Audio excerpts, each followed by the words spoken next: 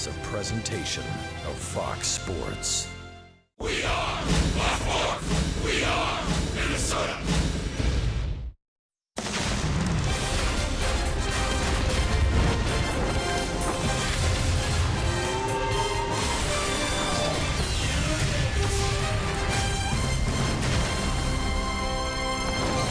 A rare win at Kauffman Stadium last night was thanks to some of the Twins' young guns. Byron Buxton got the party started with a two-run triple to give his team the lead in the 7th. Then in the 9th, it was Max Kepler driving in Robbie Grossman for the eventual game winner.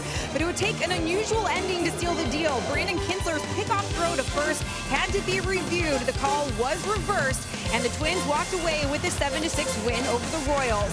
Tonight, they hope the rain holds off long enough as they open the final series of the season, a 3-game stint with the Chicago White Sox inside U.S. Cellular Field. The Twins will turn to Tyler Duffy to get the job done. He looks to follow up what was a very strong performance last time out against the Mariners. He'll square off against Carlos Rodon for the Chicago White Sox.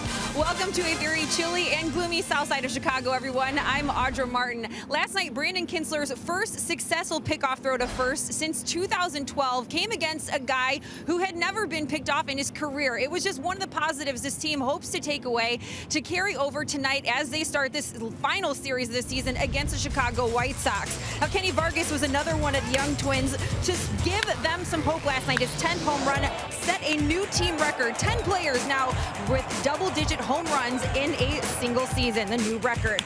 Now, neither team is ending this season the way they hoped, but they've both been able to enjoy the long ball. With members of the 40 home run club, of course, it's Todd Frazier at 40 and Brian Dozier at 42, and hopefully still counting. Now, closing out the season at home bodes well for the White Sox. They've won 11 of their last 16 in front of their home crowd and 5 of 6 here against the Twins. Coming up, if you blink, you might miss him on the bases, but it's impossible not to see Byron Buxton's impact in September. Dick Kramer and Burt Blyleven talk a little in 25 when we come back to Fox Sports North.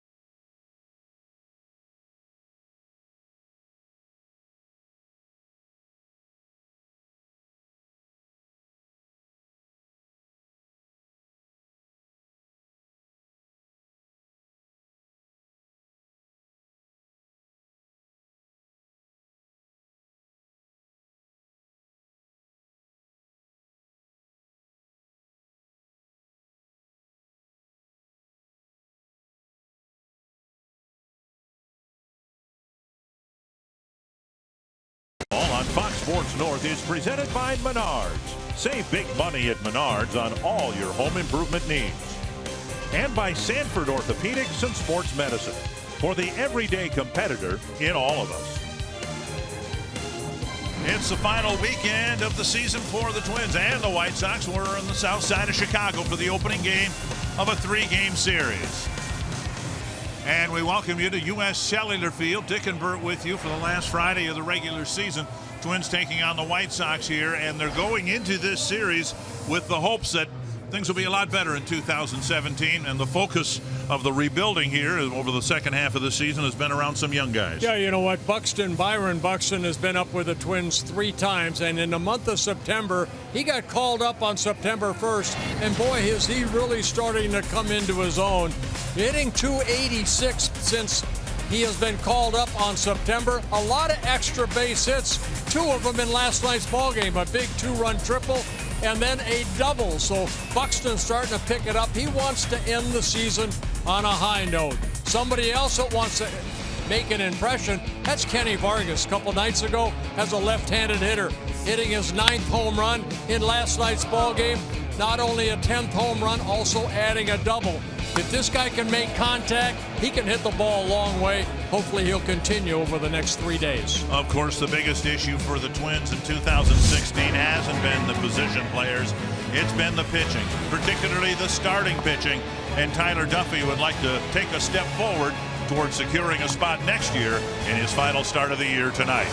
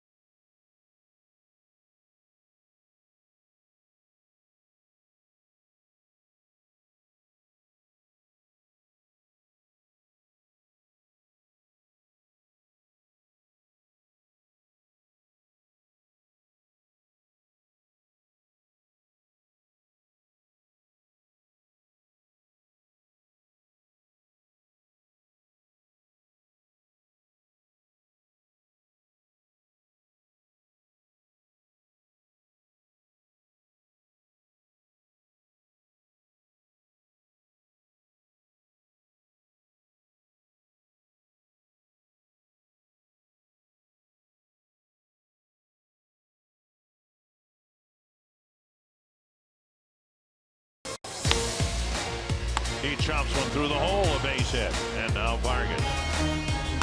Here's a deep drive to center field. Speaking of home runs, see? Rushes one. Kepler dives and makes a great catch in the gap. And a liner into left center field. So Buxton's best game perhaps as a big leaguer. Buxton hit the ball hard 3 times in last night's win over Kansas City. Audra Martin, Bert Blylev, and Dick Bramer here at U.S. Cellular Field. A blustery day, not really cold, but a windy day and a threat of rain throughout. And Paul Molitor hoping that the Twins can win this final series of the year. They have not done well against the White Sox. They haven't done well against really anybody in the division other than the division champion Cleveland Indians. And the Menards batting order for the Twins in the opener. Brian Dozier back in the lineup. Jorge Polanco batting second, then Robbie Grossman. Miguel Sano, the designated hitter.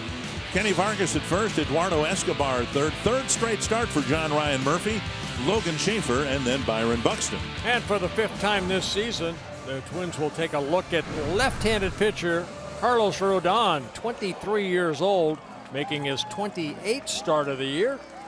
And he's 2-1 this year in 4 starts against the Twins, an ERA of 4.32. In 25 innings, he's given up 12 earned runs to the Twins, and including 5 home runs. Dozier got yesterday off, back on the lineup tonight. White Sox show him a pole shift in the infield right away, and he takes strike 1 from Rodon. Brian's got pretty good numbers against the Chicago starter. 6 hits, 16 at bats, but 3 of the 6 hits have been home runs. Inside, 1-1.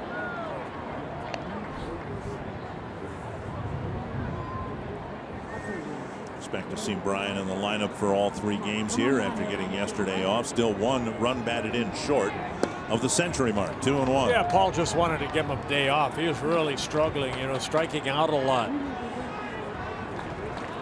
So there's numbers against Rodon with the 3 home runs. And 3-1. The pitch rolling to the backstop past Narvaez. Rodon has given up 23 home runs on the year in 159 innings. 21 to right-handed hitters, only a couple to left-handers. He's tough on left-handers. Max Kepler getting the day off. He's 0 for 8 against Rodon. So a lot of the switch hitters, 4 switch hitters in the Twins lineup here tonight. Dozier cracks one, foul. 3-2.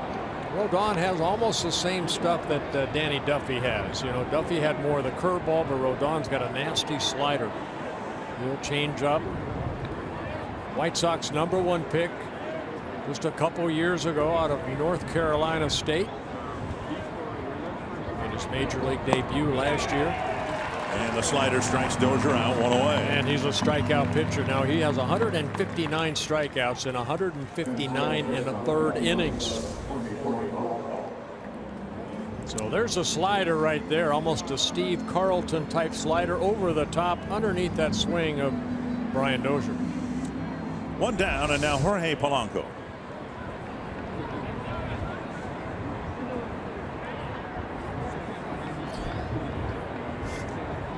And Polanco takes down and away.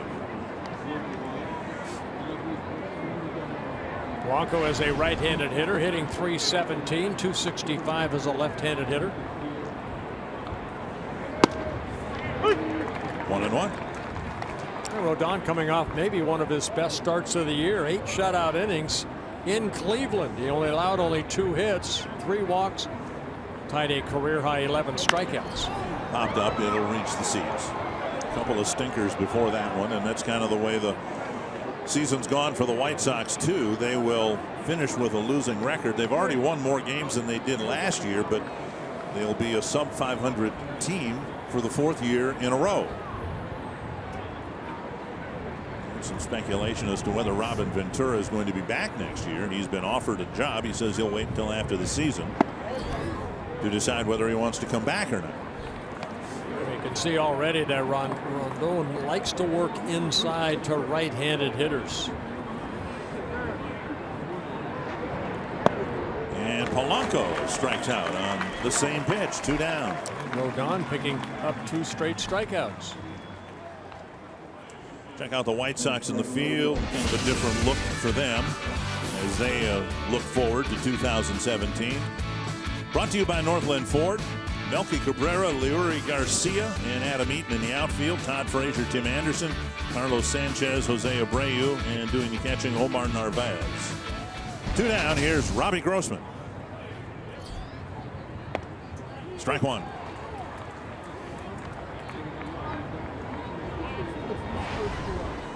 White Sox are starting a lefty tonight, a righty, James Shields, tomorrow, and then a lefty, Chris Sale, on Sunday. So we'll see a lot of Robbie Grossman, who's done really well from this side of the plate.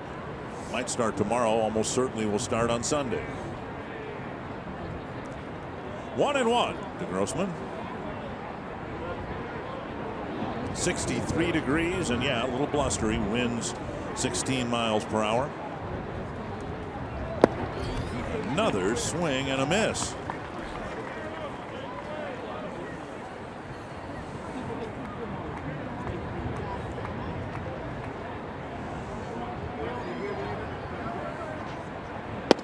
And literally a back foot slider. It almost hit the back foot. 2-2. Rodon not wasting any time either on that mound. Checked his swing. And another full count. And I guess when Mark Burley pitched here for so long, John Danks also, two lefties that worked very quickly. That's kind of embedded in you through your pitching coach, Don Cooper. And a backdoor breaking ball gets the outside corner.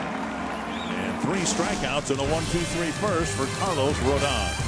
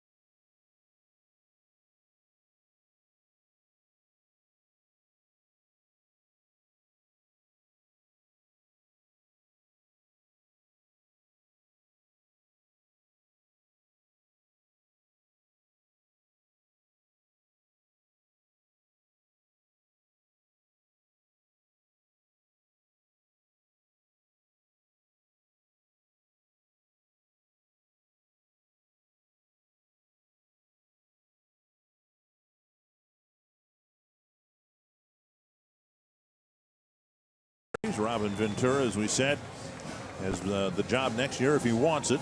He'll consider family and other factors before he gives the White Sox their decision. White Sox batting order brought to you by Menards. Adam Eaton leading off. Tim Anderson hitting second. Melky Cabrera, Jose Abreu, Justin Morneau, the designated hitter. Todd Frazier, Carlos Sanchez, Omar Narvaez, and Lurie Garcia. And Tyler Duffy on the mound here tonight for the Twins, making his 26th start, his second start against the White Sox, his only other start this year, coming back on May 8th here. And he lost 3-1 to a very good ball game as Jose Quintana ended up beating the Twins, but Duffy pitched well.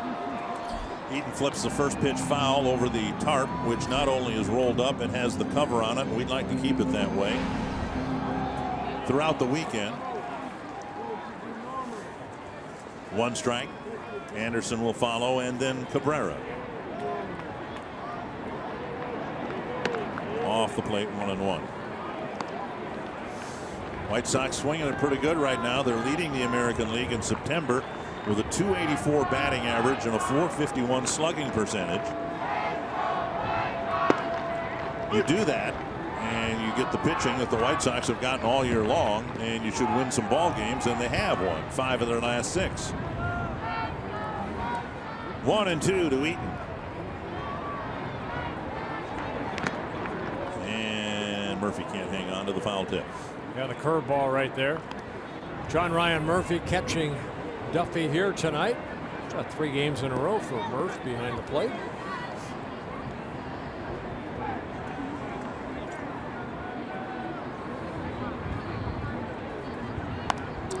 Half swing and a foul. Kind of a defensive type swing. Eaton, a guy you want to keep off the bases. He's got some speed. 14 stolen bases on the year. Duffy's strikeout pitch is his breaking ball, and Eaton got a piece of it.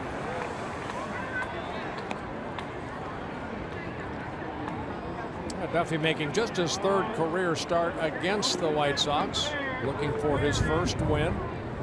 0-1.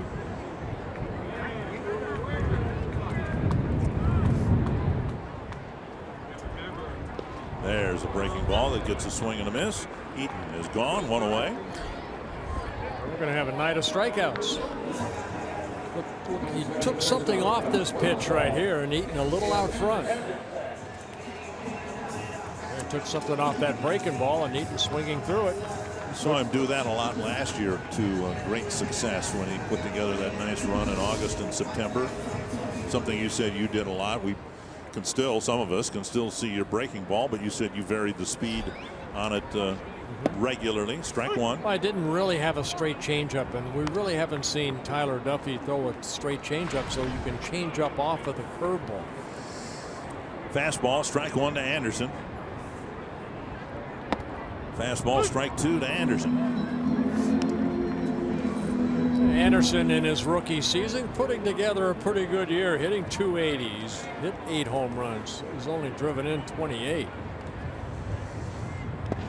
That's a breaking ball. You see here in Chicago's done a pretty good job at short. 14 errors, doesn't walk much, strikes out a lot. He's struck out 112 times and he's walked 12 times. Sounds like somebody that's getting some major league experience. Another wild breaking ball landed in the left-handed batter's box. And we see that a lot from Duffy, working off that first base side of the pitching rubber. A lot of times that curveball will end up in that left-handed hitter's batter's box.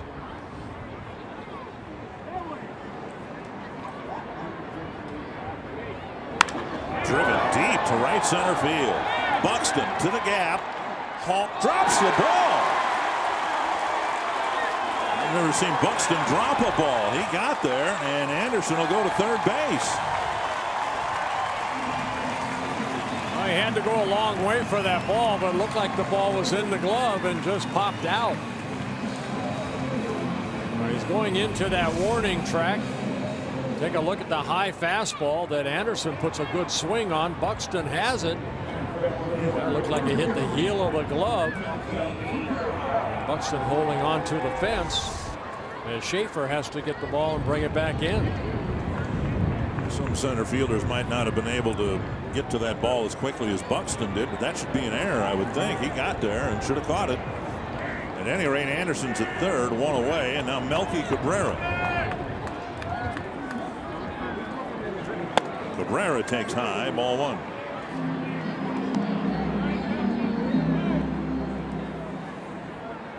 Well, they gave him a hit. No. It says right up there. No runs, 1 hit, no errors for the White Sox. That's not right. That ball should have been caught. Let's for future reference, if a White Sox batter ever wins a batting title, let's put an asterisk by it. There it is. See, no runs, 1 hit, no errors. Cabrera hitting .452 against the Twins this year. 1 and 2. Good hitter from both sides of the plate, Cabrera. Hitting .325 as a right-handed hitter, .286 from this side. 11 of his 14 home runs as a left-handed hitter.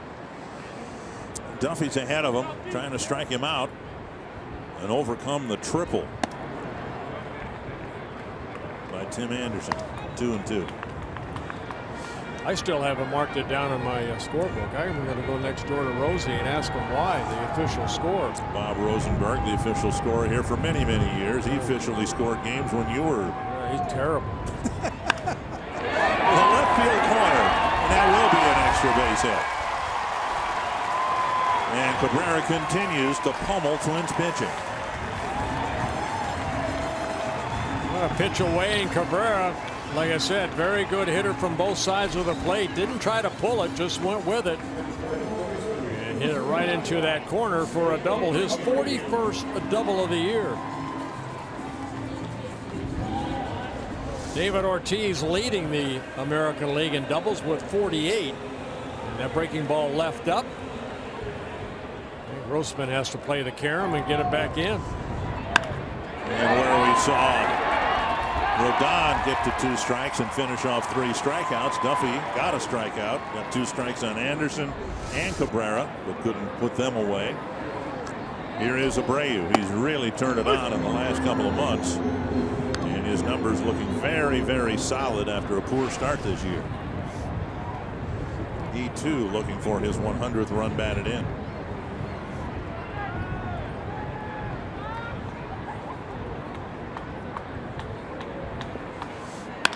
On the ground, Polanco digs it out. 2 down, and Cabrera still at first base. We'll bring up Justin Morneau. Northland Ford defense for the Twins. Robbie Grossman's in left, Byron Buxton's in center, and Logan Schaefer is in right. Max Kepler getting the night off. Escobar, Polanco left side of the infield. Dozier, Vargas on the right side. And as we said, John Ryan Murphy's 3rd straight start behind the plate. Morneau the batter.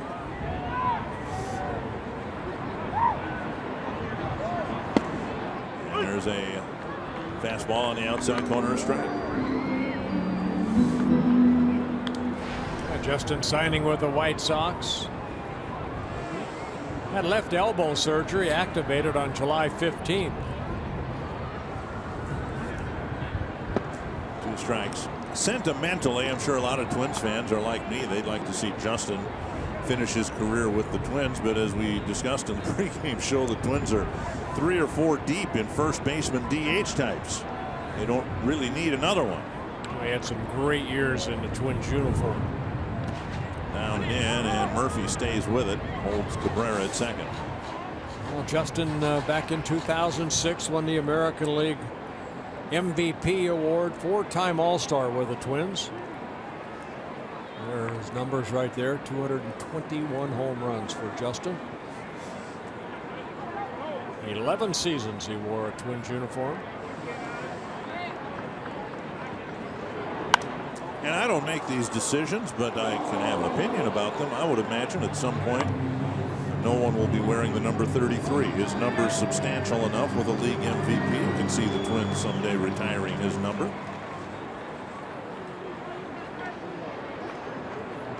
Cabrera at second. On the ground, Polanco backhands it. Sets, fires off target, and Vargas has to come off the bag. It'll be an infield hit for Morneau. 3rd hit of the inning, and Cabrera gains 3rd base. Yeah, Polanco, of course, with Justin and his power, you shade him up the middle, so Polanco maybe lost his footing a little bit. It's a very wet infield, very wet grounds here in Chicago. Watch Polanco right here. Goes after the ball, and you can see kind of spun around, tried to get that ball over to first base and to throw up the line.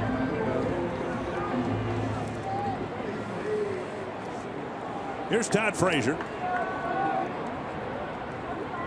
And a big spot here early for Duffy, who's given up 3 hits. So far, just 1 run. This guy's a tough guy to get out. And with 2 men on base, force to be reckoned with. A career high 40 home runs on the season. Yeah, he's driven in 98 runs, but the average down for Frazier, and he's not done very well in situations like this with runners in scoring position.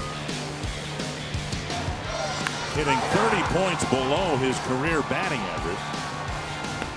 Backhanded by Murphy, 1-1. Boy, Duffy pulling a lot of balls into that left-handed hitter's batter's box against right-handers. He's already thrown a lot of pitches. 27th pitch of this first inning coming up. So far, just 1 run on the board. And again, 2 strikes. Frazier, a free agent at the end of the year, signed a 1-year contract with the White Sox.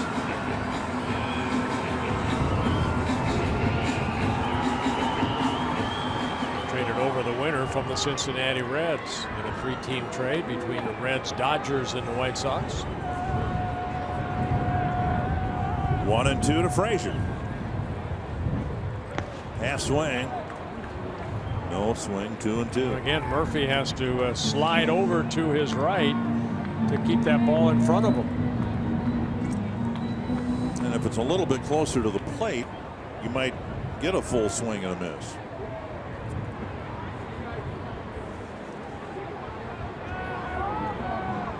Two and two. Oh, wow. To the backstop, and Cabrera will score.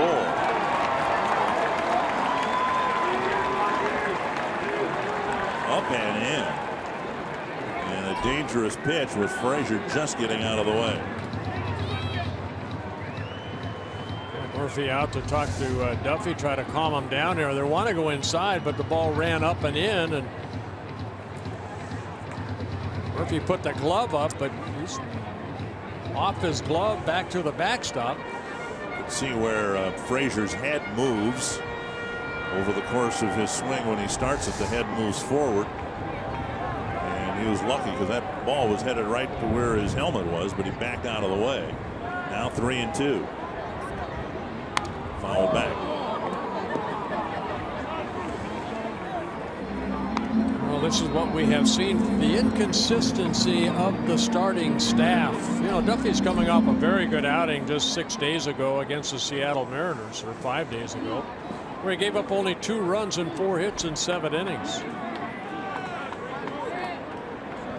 Won that ball game 3-2. And another fastball left up, fouled back. Already 31 pitches here in the first inning. 16 of them with 2 strikes and just the 1 strikeout.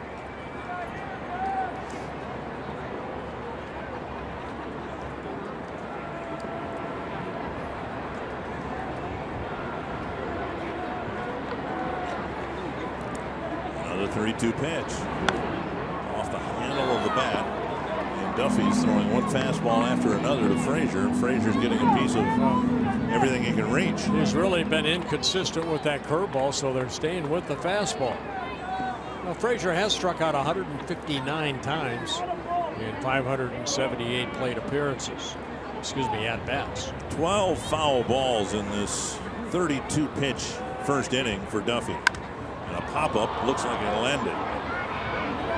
Be right behind the mound, and Dozier with the catch. The White Sox get 3 hits and score a couple of runs against Tyler Duffy.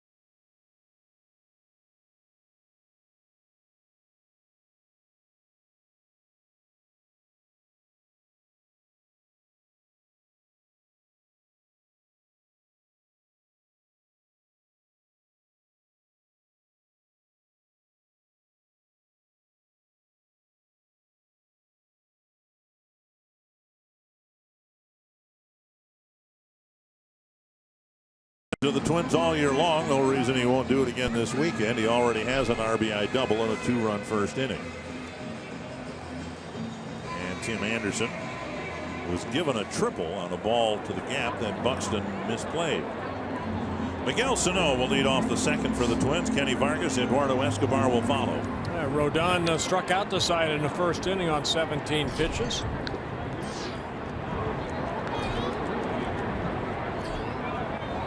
Twins enter this series with 196 home runs.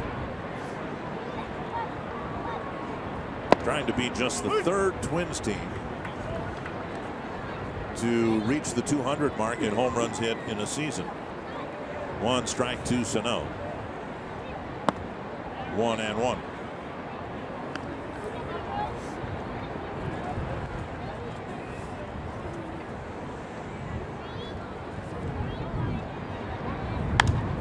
Fouled away and back into the seats. And it's odd because for most of the years I've been coming here, the White Sox have always hit more home runs than the Twins. The Twins have hit 30 more home runs than the White Sox this year. That's only because Paul Konerko's no longer with them. Jim Thome isn't either. You're right. Those two guys hit a lot of them. Sano, check swing. Strike 3.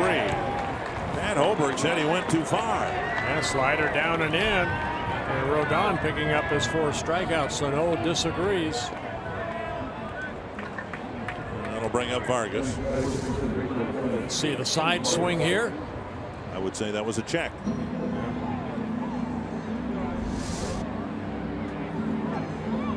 Here's Kenny Vargas. Average up to 250, 10 home runs, 20 runs batted in. Big swing and a foul. For those of you who own Kenny Vargas stock, fictionally of course, I think we brought up an interesting stat yesterday or the day before in Kansas City about Vargas. As good as he's been right-handed up here, he was just that good left-handed in the minor leagues. Now it would be cause for concern if in AAA and in the big leagues he hit much better from one side of the plate than the other, but at least I know there's a difference between AAA and the big leagues, but he looks like he could be a productive hitter from both sides of the plate. Big swing and a miss. 5 up, 5 down, 5 strikeouts for Rodon.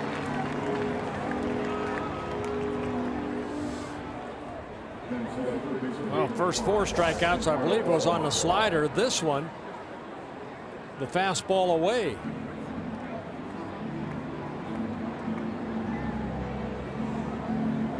And Escobar will kind of put one in play. Always a homecoming for Eduardo Escobar when he comes here to Chicago. Signed by the White Sox back in 2006 out of Venezuela. Played a couple years here.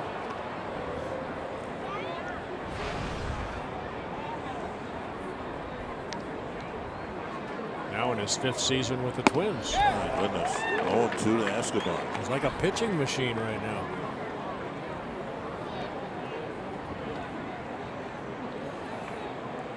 .27 pitches, 17 over the plate.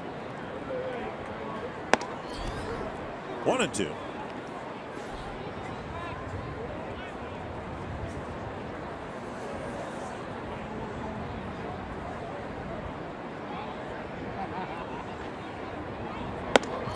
Upstairs again.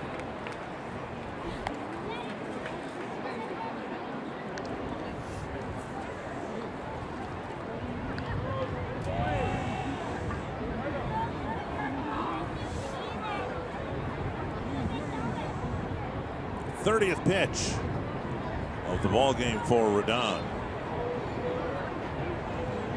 And the 6th strikeout. All right then. 6 up, 6 down, 6 strikeouts, and a 2-0 White Sox lead.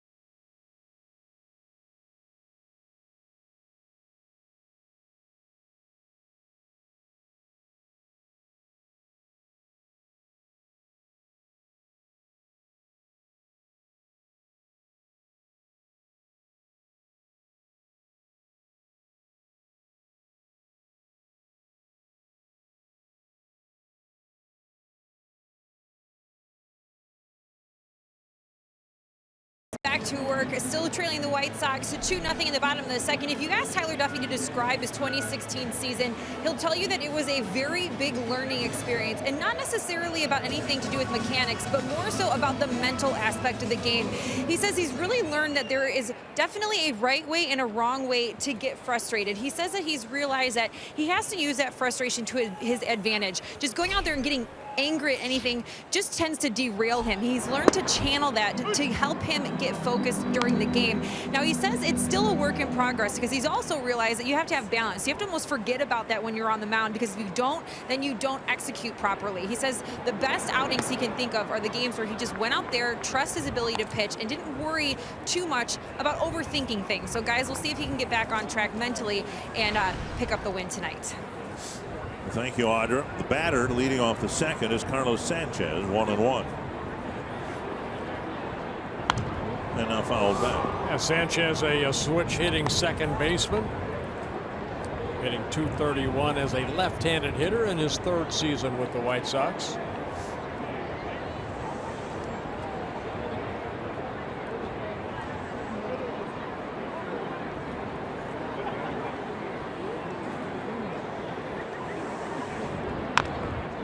Now, last year, Duffy was effective against both righties and lefties, but more so against righties. They hit .255 against him.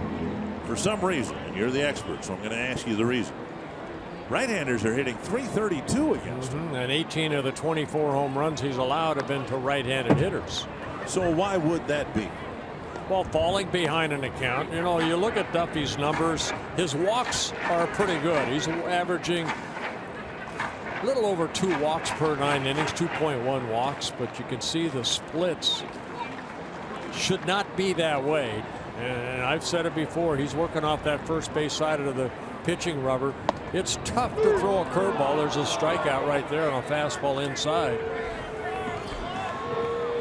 I would move Duffy over to the third base side because he could start that curveball at that right-handed hitter's left shoulder. But when you have a good curveball and you're coming at a different angle, that two-seamer coming back over the plate, up in the strike zone. Last weekend of the year, 2 teams below 500. That's going to be a strike, right? Well, we've seen that really being called a lot, Dick, that high strike. Yeah. And, I mean, to Duffy's credit, that ball had some tail on it. Here's Narvaez fouling it back. Last year it was pretty much a toss-up. You know, righties, lefties. Duffy effective against both of them. Boy, that's a glaring number to have your opponent batting average from one side go up 80 points. But 131 innings pitched coming into this game, 161 hits allowed. That's 30 more hits to innings pitched. And as a starter, what you want is to hopefully be even, if not under a little bit. Rodon, also the same thing, but he's more of a strikeout pitcher. There's a high fastball called a strike again, and Narvaez barks about it.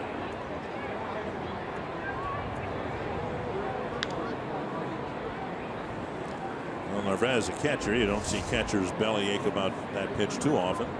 Same pitch. The seam clipped the corner, according to Fox Tracks. And now Narvaez heads back to the dugout. There's a good curveball right there to a left-handed hitter. We saw him have that long at bat against Frazier because he kept missing with that breaking ball. There's that curveball you want to throw to lefties underneath that swing. Well, I would think if, you know, Duffy, this is his last start. I'm sure he's been aware of the numbers for some time, but whether it's looking at video, you've got to do something different next year just to get back to where you were last year. The problem isn't against lefties. The problem's against righties. 1 strike.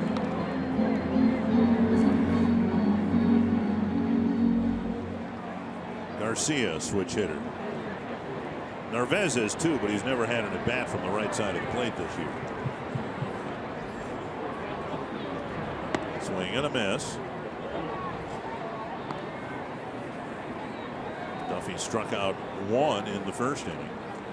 2 so far here in the second. The 2 runs the White Sox got are earned runs because of the poor scoring decision on the Anderson drive to the gap. Cracked foul.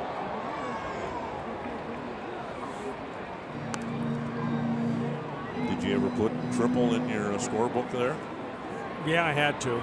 I didn't want to. Yeah, it's 200 runs in my opinion, but I know Buxton himself, Byron, would say he should have caught that ball. Away, 1-2. See that pitch right there? That to me, that's a wasted pitch. We've seen too many of those. That ball's 2 feet outside. What's the purpose of that pitch? What was he trying to do?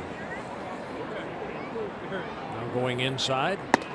Fastball down the middle, and Garcia takes a called third strike. And Duffy catches on to the Rodon act. He struck out the side in the second. It's 2-0 White Sox.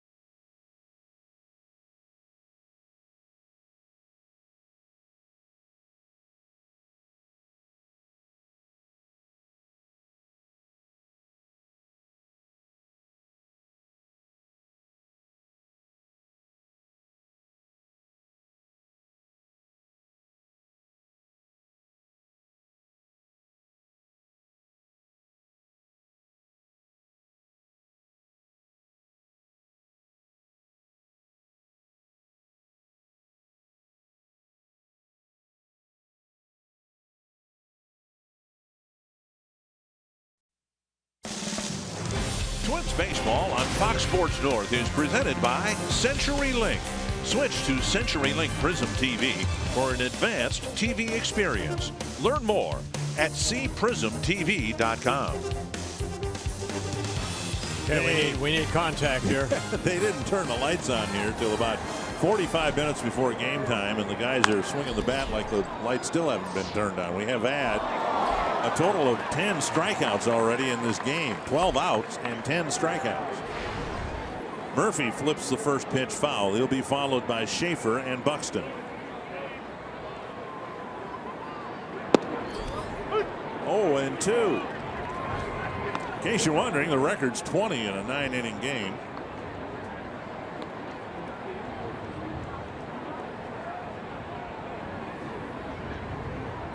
Oh, and 2 to Murphy.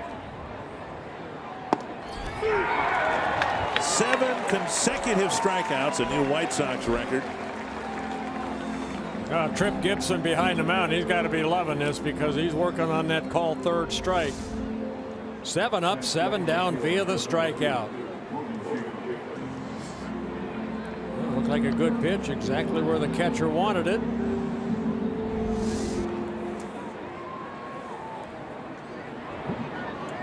Trip Gibson behind the mask. The 7 strikeouts tying a record. Joe Cowley did it years ago. Here's Schaefer. The only left-handed batter in the lineup. He's hit lefties better than righties in his brief trial with the Twins. A ball. 1-1.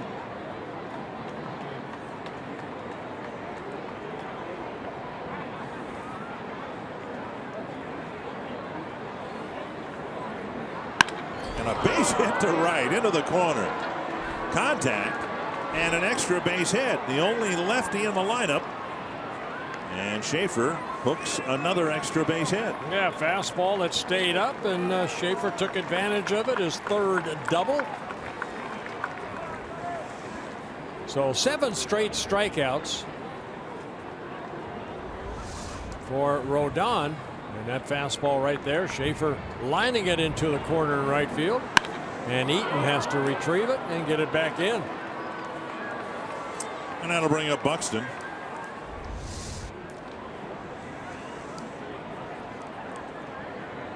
Schaefer now 7 hits in 17 at bats against left-handed pitching. Here's Buxton hitting .286 in September. Taken low, ball 1. Buxton 2 extra base hits last night, and he stung the ball all 3 times. He also walked. Hit a liner to short in his first at bat, and then hit a solid triple and double. Fouled back 1-1. Time now for our tonight's Toyota Key stat. And Buxton, among American League rookies, has scored or Twins all-time rookies.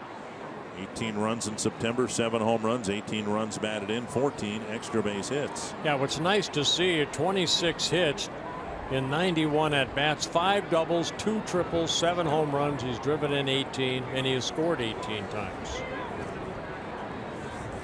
1-1. 2-1. And for those of you who believe, and I think a lot of people in the Twins organization feel this way, that all Buxton needs is confidence, September's been a step forward. Still strikes out a lot. 2-1.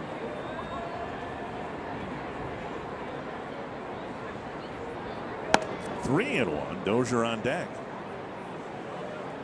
Rodon cruising along through 2 1/3 innings, striking out everybody. There are the September numbers.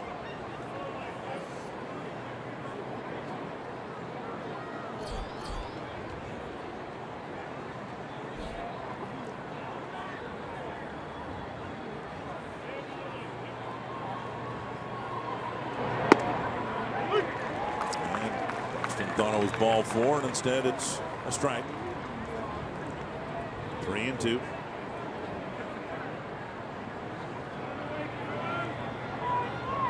Trying to get the Twins on the board after Schaefer's 1-out double. Yeah, Buxton yesterday with the triple, hit it off a breaking ball, hit the double off a breaking ball. And he takes a walk. Buxton will go to first, and his speed represents the tying run. 2017 season tickets are on sale. You can choose from the Twins full season, partial season, or the popular flex plan. All season ticket packages include membership in Sweet Spot, the Twins season ticket benefits and rewards program. Go to twinsbaseball.com or call 612-375-7454. Brian Dozier's had a great year, and there would be a shame if he didn't drive in his 100th run. He's got a great chance to do that here. Couple of runners on, 1 down. Struck out swinging his first time up. He is now in a deep 1-for-31 rut. Yeah, change up right there that Brian was a little out front, swung through. He had a couple chances in that Kansas City series to drive into 100th run. Another chance here. Bouncer left side. And a double play ends the threat. Twins get a hit and a walk. Dozier wraps into a Twin killing, and it's still 2-0.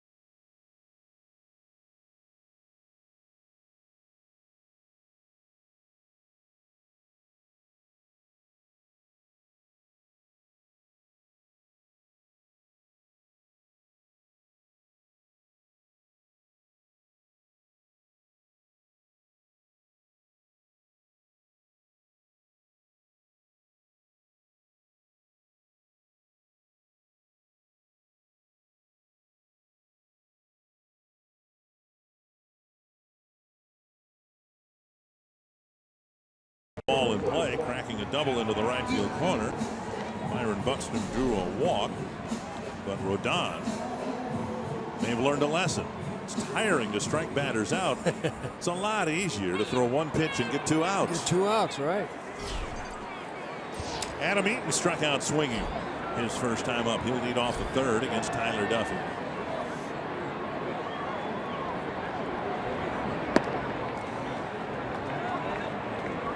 Nowadays, of course, fans watch games differently than they did even 10 years ago. Not everyone, most people have a phone. They can check the other scores, but still, they're so important. We will try to do what we can to keep you updated throughout this weekend on the games that really matter, at least on the American League side. Baltimore thumping the Yankees. They've hit 250 home runs this year. Fouled back. And the Tigers are doing a number on the Braves in Atlanta. 8-1 Baltimore in the 5th inning at Yankee Stadium.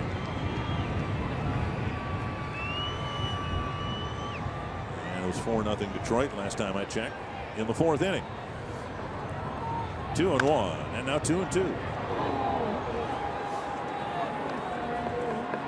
Tigers need some help from either the teams playing the Orioles or the team playing the Blue Jays.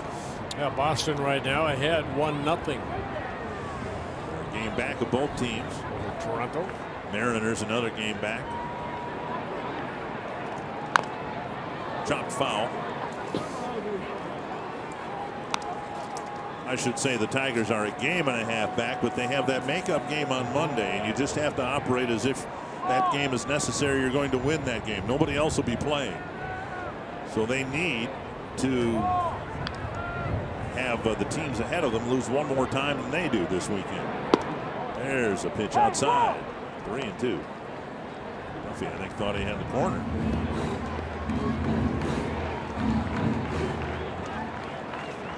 Throw a backdoor breaking ball to get Eaton. Now Eaton takes a walk, and Duffy shouts something at the mound. Lead-off walk here in the 3rd. Yeah, first walk for Duffy.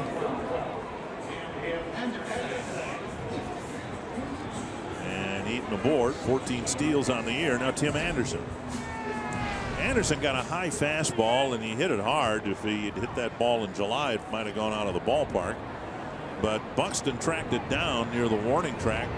Never really had it in his glove. Looked like the ball almost hit him in the chest and bounced to the ground. Ball 1. Anderson was given, I use that word carefully, given a triple.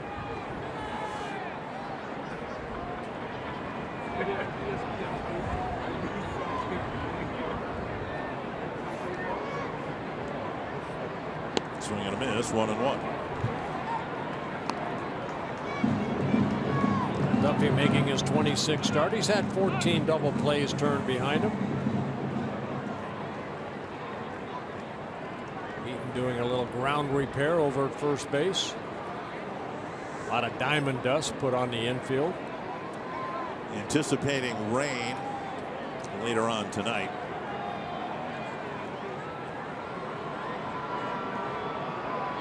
One and one. Breaking ball dug out backhand side by Murphy. See that pitch right there, that's not even a teasing breaking ball. We saw him do the same thing to Frazier. That ball's 2 feet outside. Right-handed hitter is not going to go after that pitch.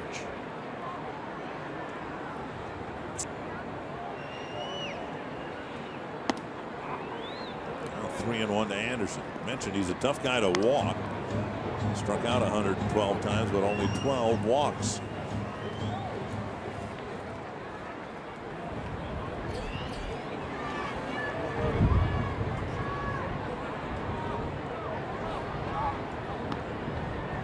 Eaton hadn't strayed far from the bag at all.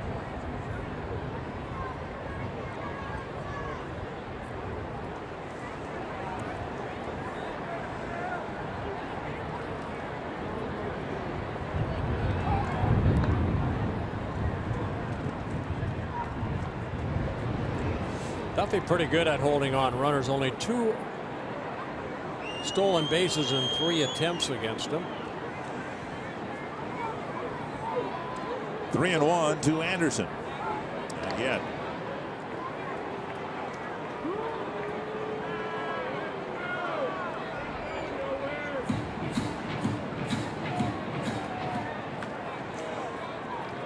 Duffy's gotten to 2 strikes on 9 of the first 10 hitters. Now trying to get a second strike on Anderson.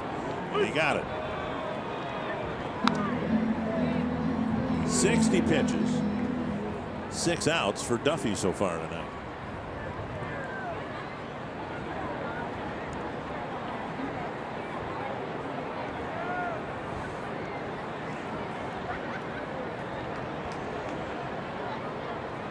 Eaton goes, and this one tomahawk about 50 feet foul.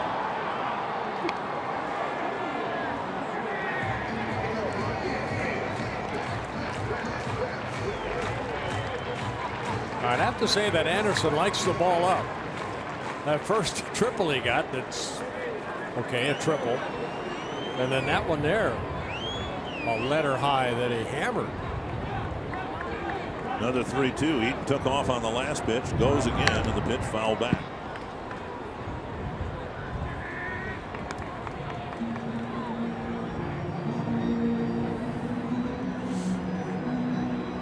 Anderson started the season in Charlotte, the AAA affiliate for the White Sox, called up in the middle of June.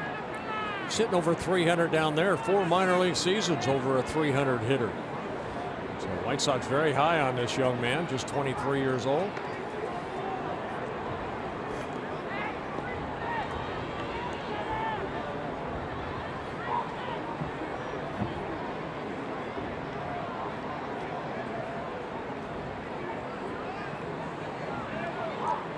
Goes, and there's one that's fair. Deep to left and gone. Anderson hit that ball fair as hard as he hit the one foul a couple pitches ago. He sure did. Look like a fastball and kind of ran into that swing. And Anderson picking up his 9th home run of the year. And that's a no-doubter. As the fireworks go off here at U.S. Cellular Field. 4-0. For Duffy, his 25th home run hit allowed. And we talked about earlier, he's had trouble against right-handed hitters. That's the 19th home run off a right-handed hitter. Duffy kind of stared at Anderson as he crossed home plate. Anderson kind of posed after he hit the ball.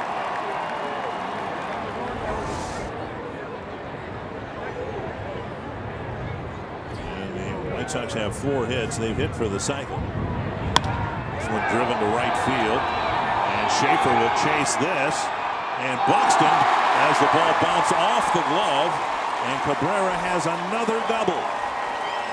That one hit to the gap, and Buxton had to reach for it, and I think he got leather on it. Well, almost a collision right there between Schaefer and Buxton. Always scary when 2 outfielders with speed come that close to each other.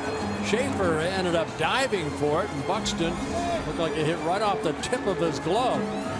Fastball down. Cabrera, who got a double to left field. I don't know if Schaefer right there maybe.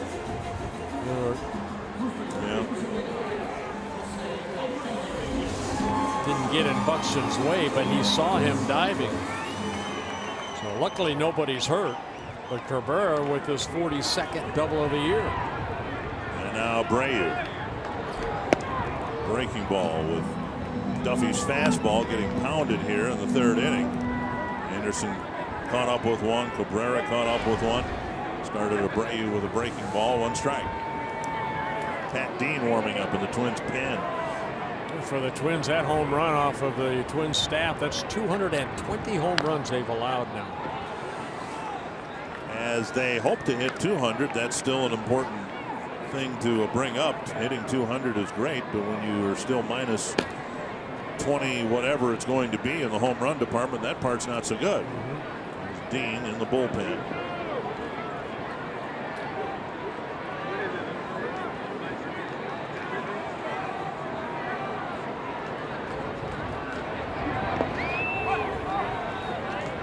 another breaking ball 2 feet outside. Murphy's been kept busy here tonight. Yeah, this hasn't been the easiest game for him to catch. Every other ball seems like he's going to his left or right. More to the right than the left. And it's all connected, isn't it? I mean, if you're the White Sox and you're seeing Duffy all over the place with the breaking ball, you can sit on the fastball. That's foul.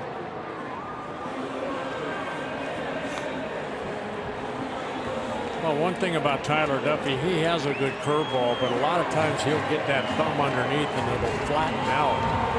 So it's a very hittable breaking ball, almost becomes a slurve. From time to time, we'll see him throw it straight over the top when he gets that thumb on top. But 3 out of 4 times, it's like a big slurve. And Abreu lays off the fastball. It's a knuckle curve, right? I mean, he has the index finger bent into a knuckle. Yeah. Contacting the ball. Everybody holds the ball differently, but it's how where your thumb is after you release the ball. Is it on the side of the ball or is it on top of the ball? A lot of his breaking balls, the thumb is on the side, like that. That's a fair ball into the corner, and it'll be another extra base hit for the White Sox.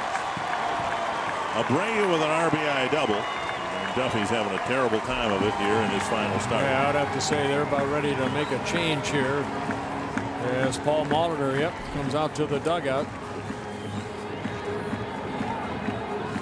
And I'm just talking about the breaking ball where you get on the side of the ball, and that's exactly what this pitch did. Watch this curveball. See how it just kind of stayed right there. It didn't have that downward spin. So the season is over for Duffy. It's been a frustrating season for him. And for the whole staff, other than maybe Irvin Santana.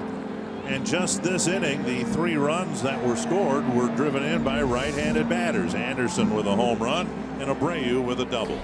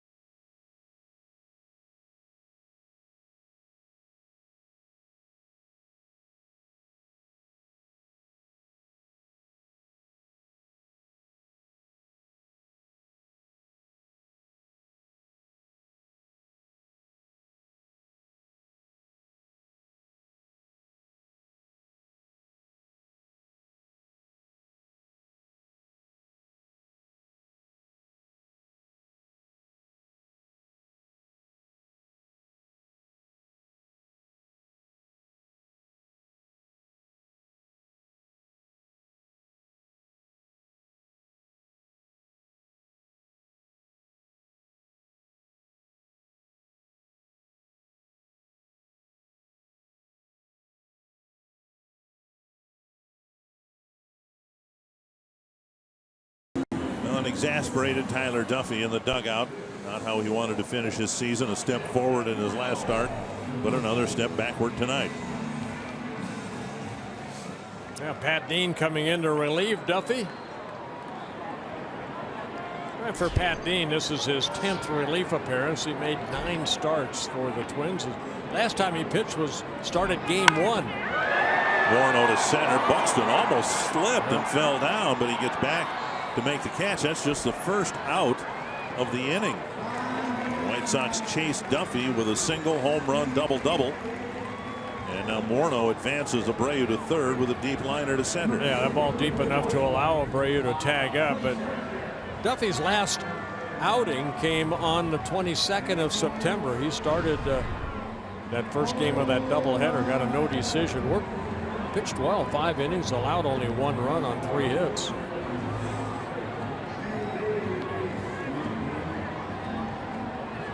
Twins bring the infield in here, already down 5-0. Twins scored 7 runs last night and had to hang on by their fingernails to win a ball game, and now they're down early 5-0 to the White Sox. Todd Frazier popped up to end the first inning. Dozier caught it near the second base bag.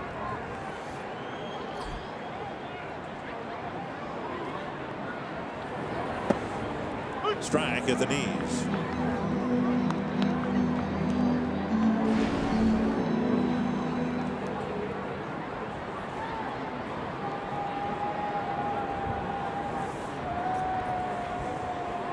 Frazier has said that he's enjoyed his first year here on the south side of Chicago, but you'd expect a player to say that, wouldn't you? If you're a free agent, why would you take a team out of the bidding by saying, you know, I really hated it here. I didn't like the clubhouse. I didn't like the manager.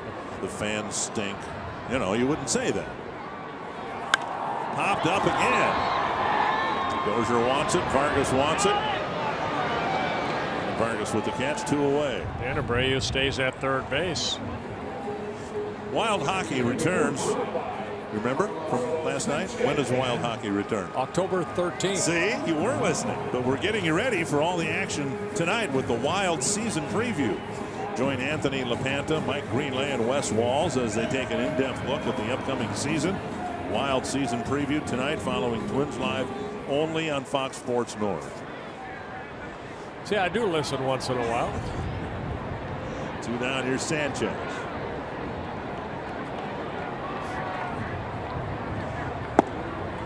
Down and in, ball 1. White Sox got off to a great start this year, and since May 9th, they're 54-72. It looked like they were going to be one of the best teams in the American League. That's to left. And Grossman ends the inning. Dean gets the job done after a rough inning by Tyler Duffy. 5-0 Chicago.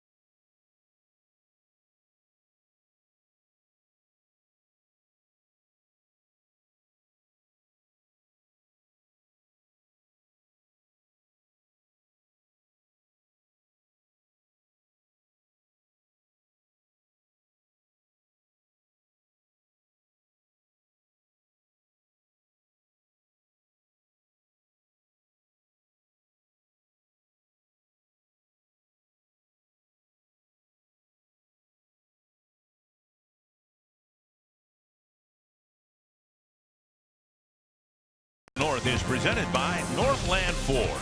Visit northlandford.com and your local Northland Ford dealer today. And by Grand Casino. The best stories start here. What's yours? 5-0 Chicago, and as we begin play here in the top of the 4th inning, the rain has started to come down. White Sox are playing here tonight, but of course the entire town and surrounding area is beset with Cub fever. I don't blame them. What a year for the Cubs. Jorge Polanco will lead off the 4th. And their 108-year drought between world championships, or since their last world championship. How many years have there been like this one, where they are the prohibitive favorites going into the postseason? Polanco to the gap, and Cabrera races in to make the catch 1 down. I mean, it's going to be a different realm for them come postseason. They got the perfect guy as manager, Joe Madden, who kind of keeps things pretty ordinary and uncomplicated. The Cubs with 101 wins on the season, and they'll have home field throughout. You know what the scary part is, and I think probably a lot of Cub fans, you just don't know once you get into That's postseason. just it. It's you get into the tournament. It's like the NCAA tournament. You once you get in, it's a whole new season. What was that year in Seattle? I believe they won, what, 116 ball games, something like that? Drive to center field. Grossman's hit the ball well. And Garcia does a circle route in center, but he gets there, 2 down. Didn't Seattle win 116 ball games when they were eliminated? In 01, they hosted the All-Star game that year. They had 8 All-Stars in the lineup, and my goodness, it looked like they were going to be a baseball dynasty for years to come, and they didn't get out of the first round. 2 quick outs here in the top of the 4th, and now Miguel Sano. Well, Rodon's doing exactly what you need to do with a big lead, a 5-0 lead, getting some quick outs. First 7 outs came on strikeouts, tying an American League record to start a ball game. You happen to know offhand how many your longest strikeout I had streak? 6. You did? Okay. Tom Seaver holds the record with 10. Can you imagine at any point in the ball game striking out 10 straight? And now 0-2 to Sano. I remember 6 because they took a picture of it, and I have it hung on the wall somewhere. One of my bathrooms at home. Too much information. I'm sorry, but how many bathrooms do you have? I have 1. But it's a big one. It's a big one, yeah. Sano strikes out, and Rodon breezes through the 4th.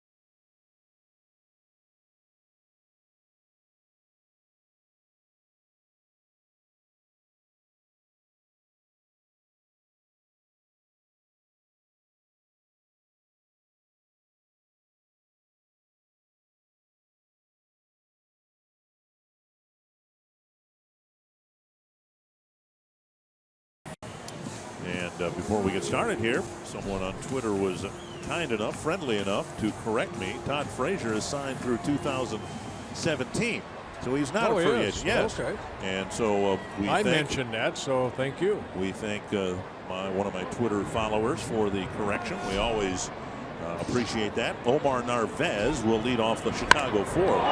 First pitch driven deep to right. Schaefer back, and Narvaez hits a home run on the first pitch of the 4th inning.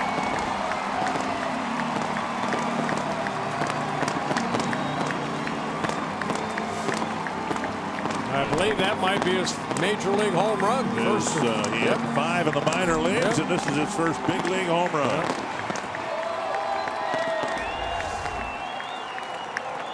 Well, fastball, that uppercut swing. So Narvaez hitting his first major league home run into the Twins bullpen.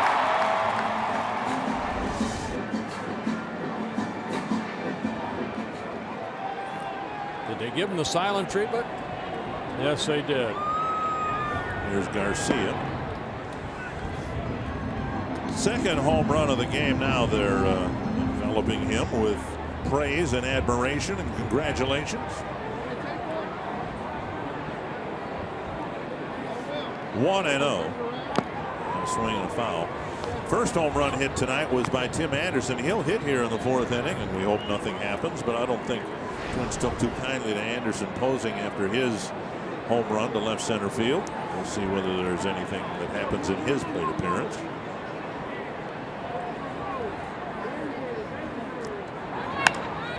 That's lifted over the head of Vargas down the right field line for a base hit. Dean, who got 3 quick outs to get the Twins off the field in the 3rd, is running into some early trouble here in the 4th.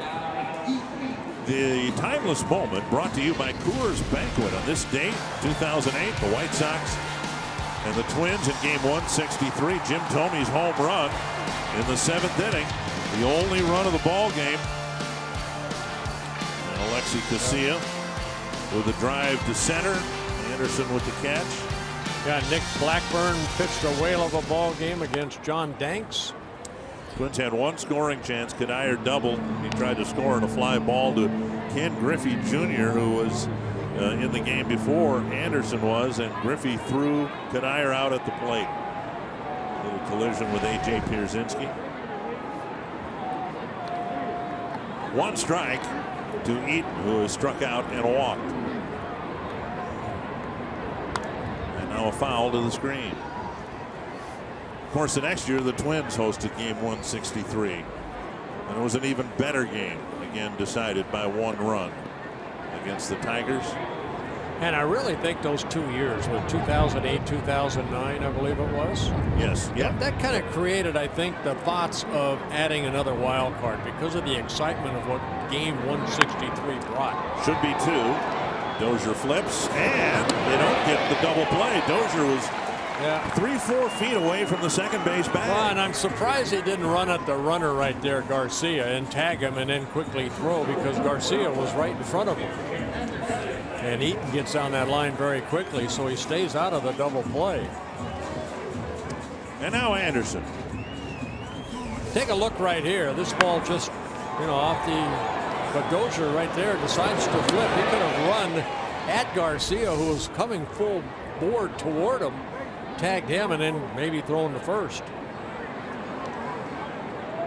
Anderson homered to left field, and then stood at home plate and admired it for a while. As he crossed home plate, Duffy tried to make eye contact with him, but Anderson, to his credit, never looked at the pitcher.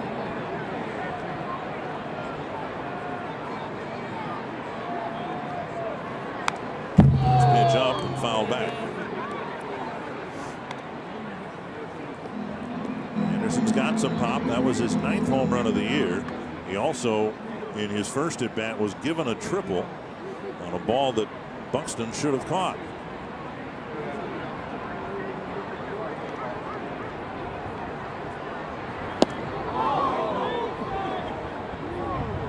Just make him move his feet. Yeah. There's nothing behind that. Okay. I did not see Anderson myself. I was watching the flight of the ball go halfway up the stands there. I was like going, wow, he really clobbered that one.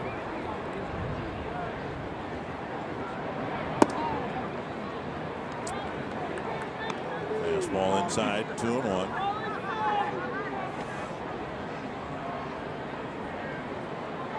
Twins had a little thing last year with Jose Ramirez of the Indians when he pimped a home run.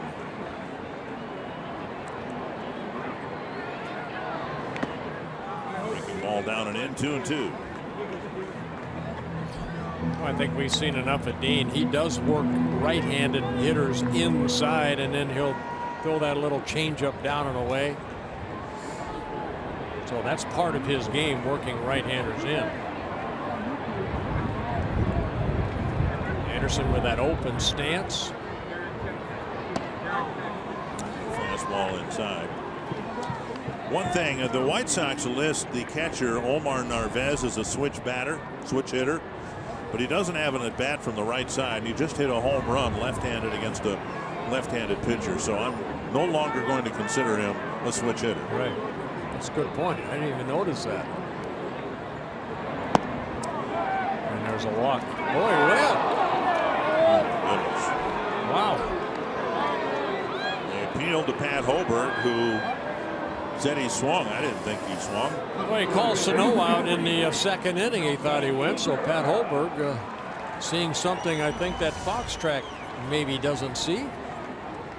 No, that wasn't a replay. That he did not go there. But Twins will take the strikeout, and so will Pat Dean. Second out of the inning, and now Cabrera, who already has 2 doubles.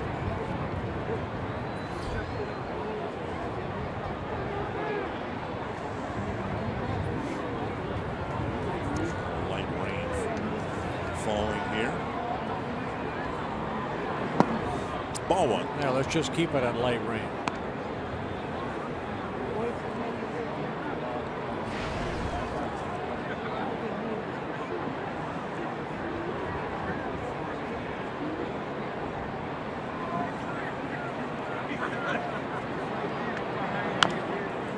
And a foul. Last weekend they had a big concert here. Started at noon, went to about 11:30. Kanye West was here. Kind of a surprise performance. They had over 40,000 fans here. The stage, as they do at Target Field, the stage was out in center field, and boy, it sure looks good out there. It looked like there was a big concert out there. Down and in. 2-1. Yeah, Twins have not found a way to get this guy out. Has 30 hits and 64 at bats this season against the Twins. Lifted to left. Grossman started back, now has to come in, and he can't make the play. And a run will score. The throw coming home, blocked by Murphy. Grossman took a step back, and a ball hit right off the end of the bat. Cabrera's 3rd hit of the ball game. That wind blowing in from left field, so it kind of knocked that ball down. Polanco went back. Sometimes the ball just lands in no man's land, and Grossman dove for it. Credit Eaton scoring from first on a single. Yeah, do not anticipate somebody catching the ball. Eaton in his hustle. Grossman comes hustling in, dives for it. It hit off his glove. Did he get it in his glove? Yeah, he had it in there for a second. And then making contact with the turf, the ball slipped out. 3rd ball that could have been caught by a Twins outfielder. All 3 have gone for hits. And yeah, give Eaton credit. It's a lost season for the White Sox, but he busted it from first base with 2 outs and scored on a little pop fly single. That is what you like to see at the end of September.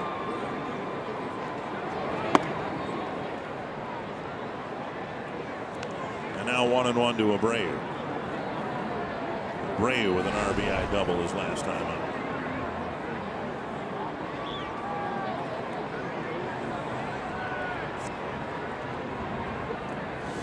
Yeah, that RBI double, that's RBI number 99 on the year for Abreu. In his 3rd season, his first year in 2014, he drove in 107. Last year, 101.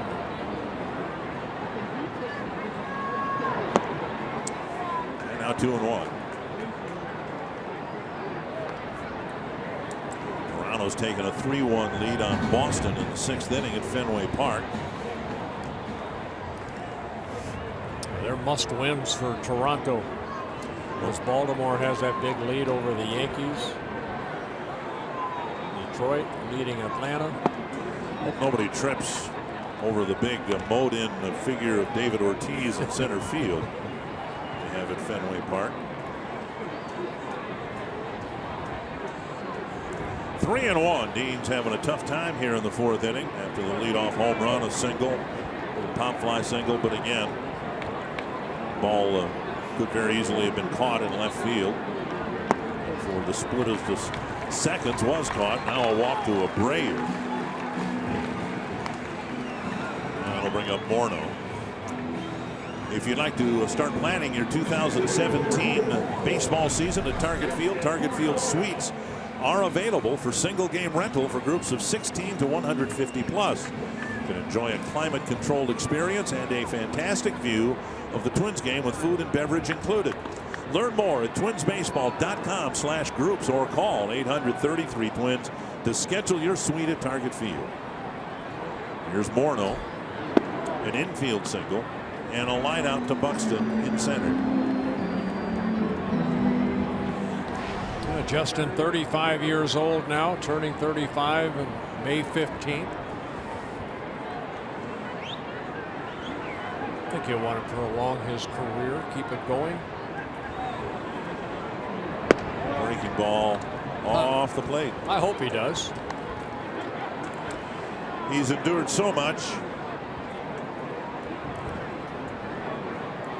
And in this time when Twins have really struggled on the field, there have been some questions about leadership and veteran presence and all that. I don't think there's any question that the Twins really have missed his presence in the lineup. Yeah, they said when he came in here to Chicago in the middle of July, he just fit right in. He kind of, his personality, wants to win. Great attitude. And I'm sure he has appreciated this half season he spent with the White Sox more than normal because of everything he's had to endure with concussions and last year a wrist injury. 2-1. Now 2-2.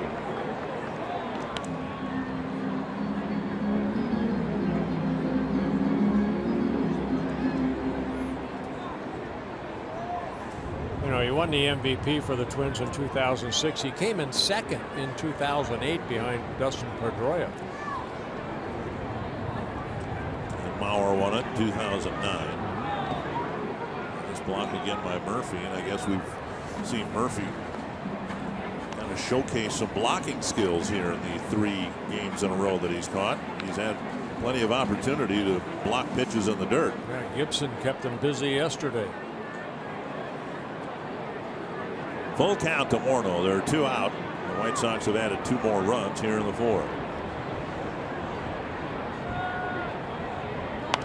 Fouled back.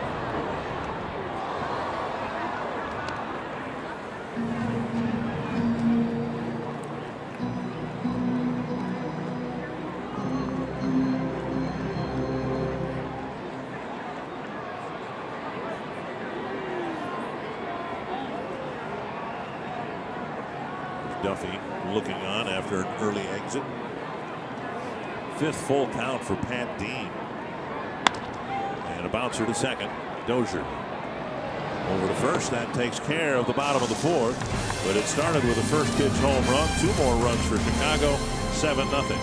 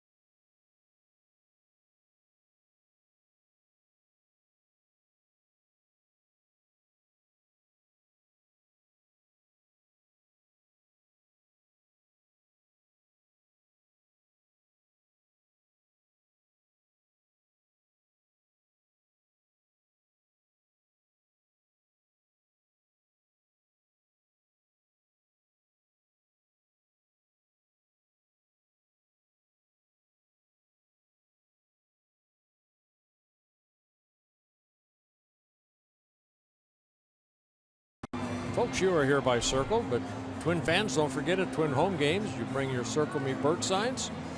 And if you get circled, you may find yourself on the Minnesota Lottery Winner Circle, where you could win $100 worth of lottery scratch-off tickets, courtesy of the Minnesota Lottery. Rodon will pitch to the Twins in the 5th. He started this night with 7 straight strikeouts. He finished his last start with 3 straight, so 3 and 7 is 10. First time somebody's done that since Eric Gagne in 2003. And he did that probably over 3 or 4 games. Out of the bullpen, yeah. Here's Kenny Vargas, struck out swinging his first time up. Well, Rodon has 8 strikeouts in a ball game. He's given up only 1 hit, and that was to the left-handed hitter, only lefty in the lineup, Schaefer. And a strike at the knees, 1-1. Vargas went down swinging. Well, he's doing a good job of keeping that ball down. Then he'll elevate that fastball, and then the hard slider. Half swing, but he went 1-2. Like the changeup right there.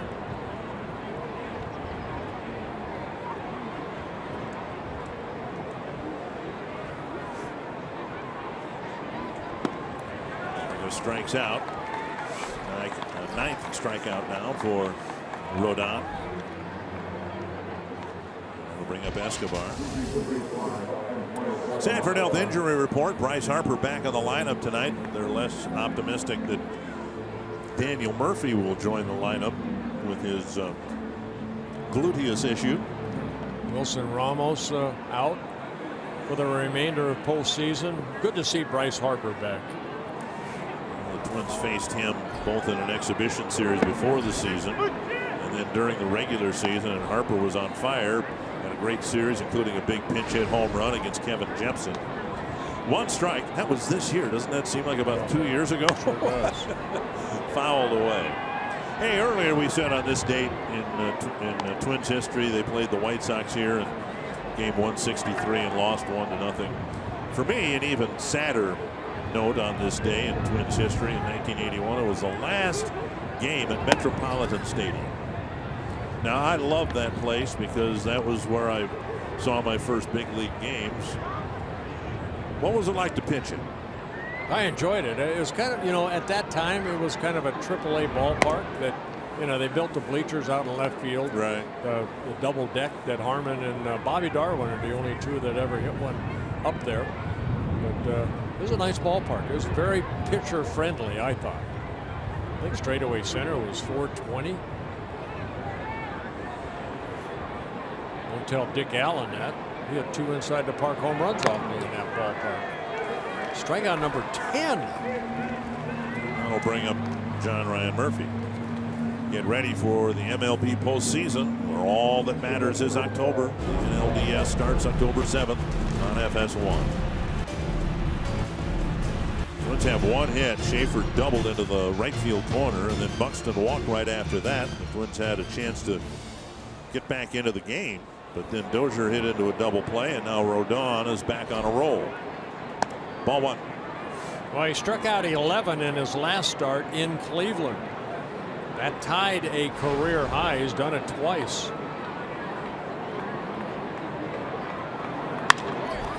Hard, twisting foul.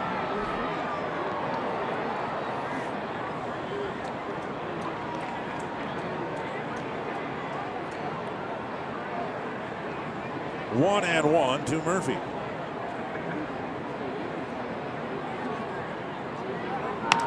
Tip to right. Right at Adamy. And it's another 1-2-3 inning for Rodon.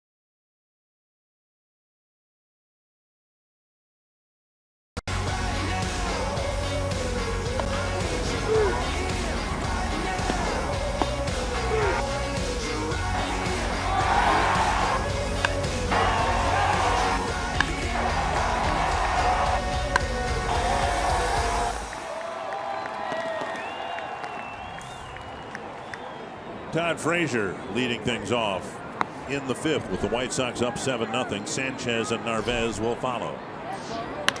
And a base hit right center field. And Frazier gets his first hit, leading off the 5th. Yeah, ball left up right there off the end of the bat, but he took it into right field.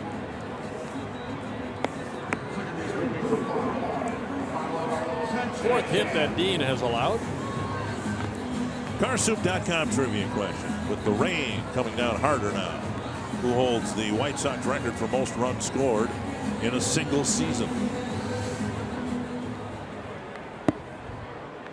Tim Raines was here for a while. I was going to say Tim Raines. Lance Johnson had some good years here too as their leadoff batter. This one bounced to third, foul.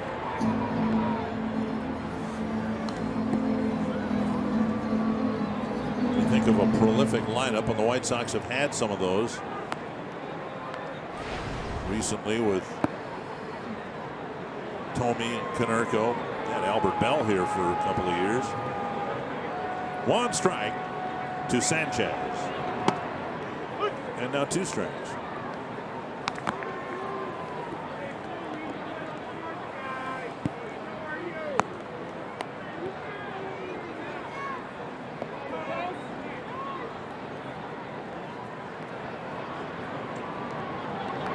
Popped up near the Twins dugout. And on the roof.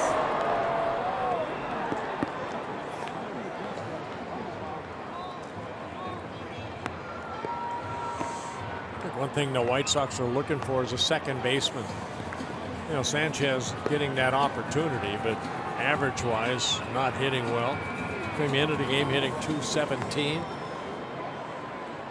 Last year hit only .224 in 120 games.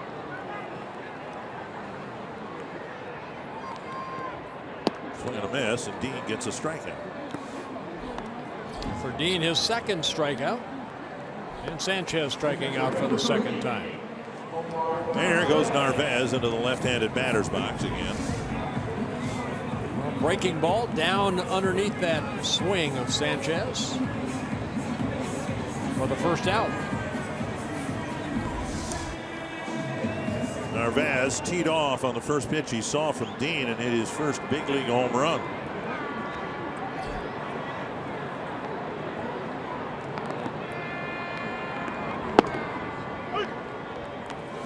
Strike one. And Narvaez, just 24 years old, out of Venezuela. Originally signed by the Tampa Bay Rays in 2008.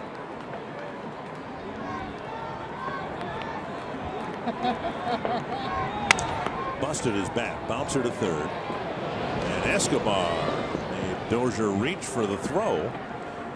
That's a nice catch by Dozier for the second out. They weren't going to get 2. And they barely got 1. Well, I can tell you, as a middle infielder, you talk to him, you never anticipate a chest-high throw. You always go there. You just don't know. And Escobar right there, maybe the ball slipping out of his hands.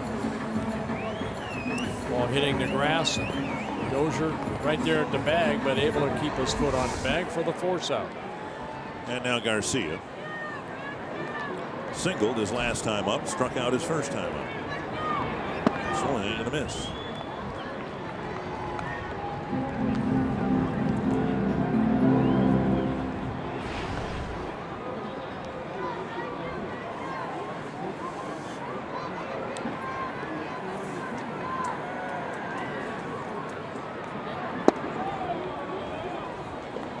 And now 1-1.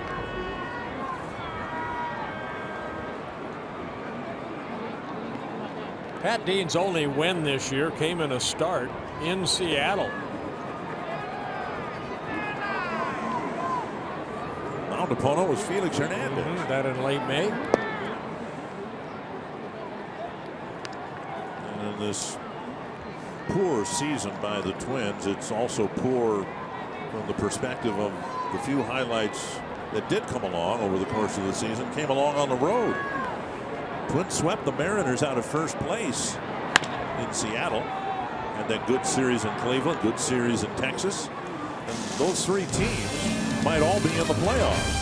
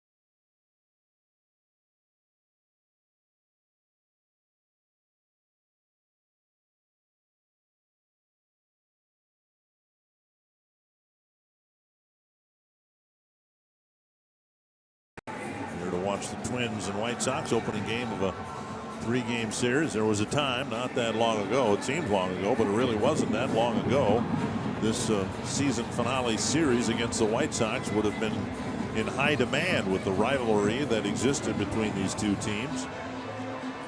Yeah, this is game 17 between these two ball clubs. Twins have won only 5 of the first 16. We mentioned the White Sox have now put together 4 straight losing seasons. The Twins have had 5 losing seasons out of the last 6. Logan Schaefer will lead off the 3rd. He has the only Twins hit against Carlos Rodon.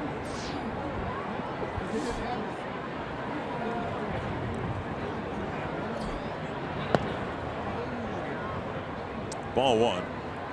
Rodon, who struck out the first 7, has picked up 3 more here in the middle innings. He left a fastball up to Schaefer that he hit that double. And now 2-0. Schaefer, Buxton, and Dozier.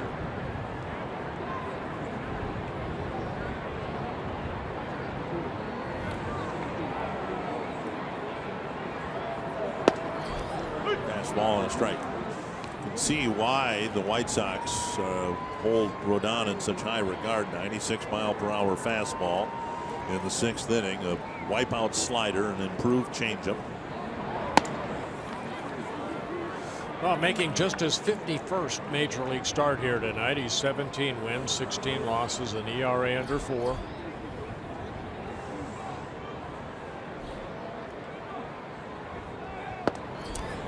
Strike. That's one of the reasons the White Sox have a better pitching staff than the Twins. They've gotten guys and fast-tracked them to the big leagues. Chris Sale was here in a hurry after being drafted, and Rodon too. Remember Chris Sale, when he came up, they put him in the bullpen. Yeah. He was basically a reliever. Inside, and Schaefer takes a walk. Second walk for Rodon. You walk Buxton in the 3rd inning. It'll be Buxton against Rodon. And Buxton, as we mentioned earlier, having a very good September.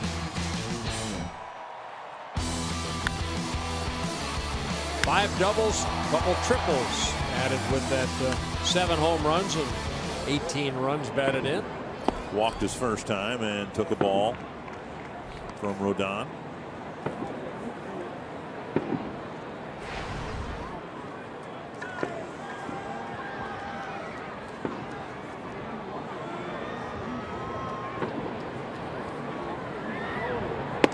Fastball and a strike.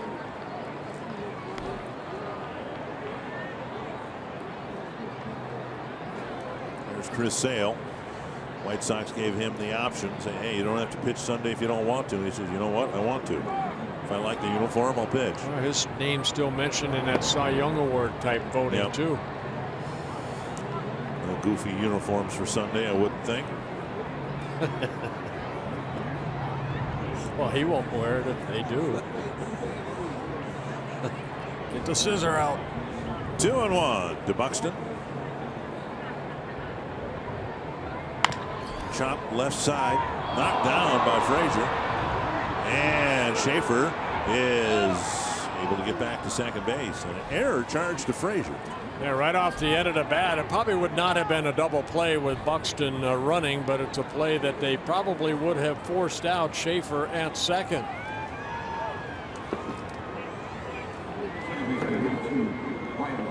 So for Frazier, his 12th error of the year, as he cuts across, well, hit right off the tip of his glove. Anderson, good reaction going to get that ball, as Schaefer did round second, thought about third, but got back to second safely. Dozier bounced into a double play his second time up. That's the only other ball hitting the ground. Of course, there's only been a few hit in the air as well. And Dozier now with a 1 for 32 slump. And the batting average that appeared to be on its way to the 290-300 range is dipping way down into the 260s.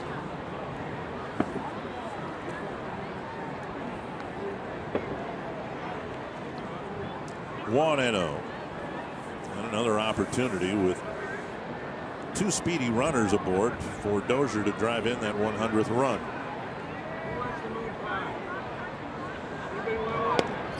Strike call, 1-1. You just want them to get it. Well, it's Go such ahead a and get it. Get a double. there have Knock been in a couple. Haven't been many breakout seasons, but in one sense, Dozier has had that despite a poor start and apparently a poor finish. Good take on that changeup.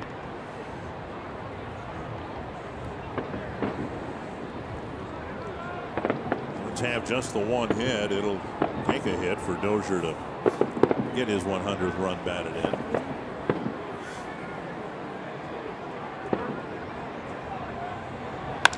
Drive to right. Get down. Down for a hit. Schaefer had to play it conservatively, so he'll only go to third. Dozier with a sharp single to right. The bases are loaded with nobody out. Nothing that Schaefer could do there because that ball was hit pretty sharply, and down 7-0. You don't dare run into a double play. No, you don't want to be doubled up right there. So bases loaded with nobody out. High fastball. Bryant taking it the other way. Little top spin. That lands in front of Eaton. Twins pick up just their second hit. And now Polanco with the bases loaded, nobody out.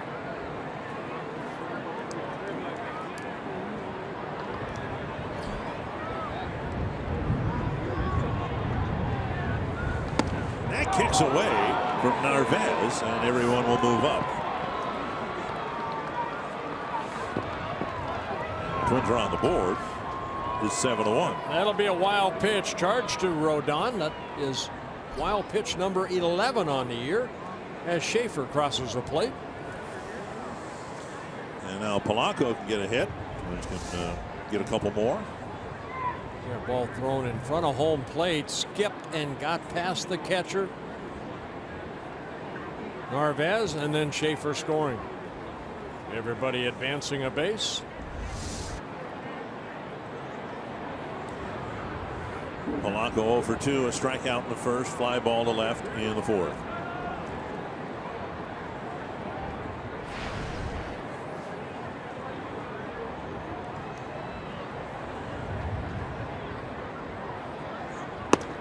On the outside corner.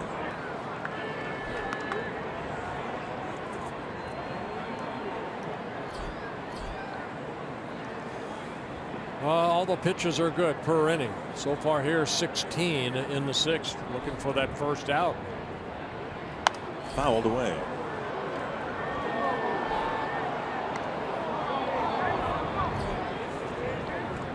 The rain's all but stopped. So we got that going for us, which is nice.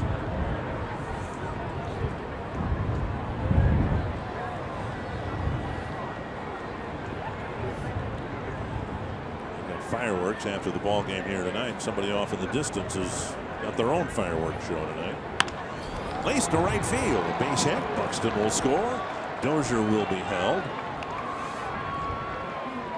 And the Twins making some noise here in the sixth inning. Oh, another good at bat by Polanco. You know, even though the score, what it is, Don Cooper, the pitching coach, going to come out, but ball away. Didn't try to pull it. Just took it into right field. For Polanco, his 24th run batted in. Quick trip to the mound by Don Cooper. This is what you like to see from a youngster right there. You see, he didn't try to pull it, just took that high fastball, lined it into right field. Well, the last two at bats, both hits by right-handed batters, taking a fastball away and driving it hard to right field. Fundamental hitting, but sometimes young players get away from that. Sometimes veteran players get away from that. Here's Grossman 0 for 2. Tigers leading Atlanta 6-0. Baltimore leading New York 8-1. Toronto leading Boston 3-1. 7-2 here. With still nobody out. Strike one to Grossman. I know Seattle's in that too. They play Oakland. They need a lot of help. They have to win every game and hope something good happens in their favor. Pitch is up.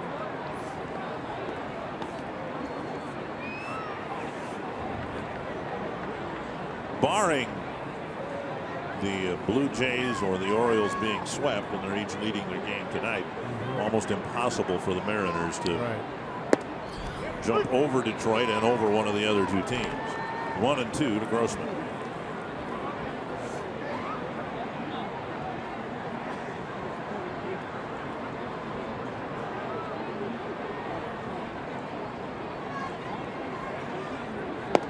Down and in.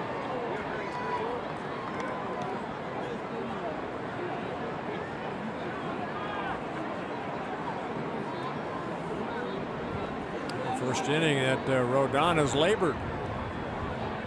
The error by Frazier didn't help.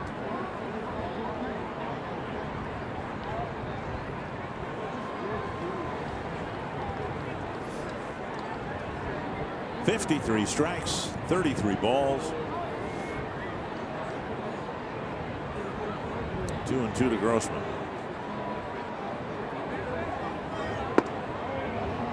Missed inside. Sano on deck.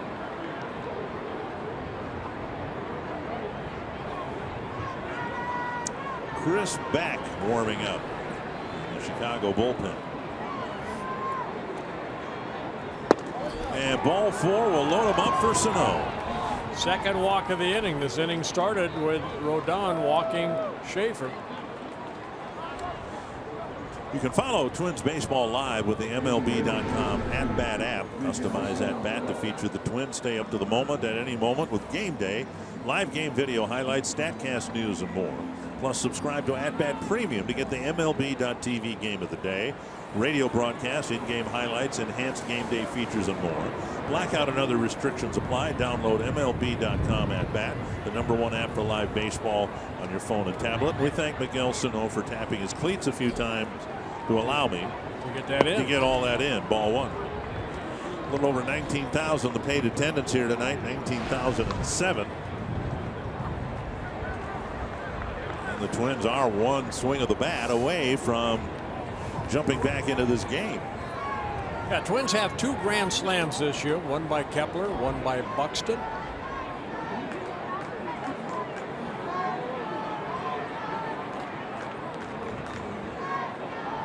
Looked like Rodon didn't particularly appreciate that trip to the mound.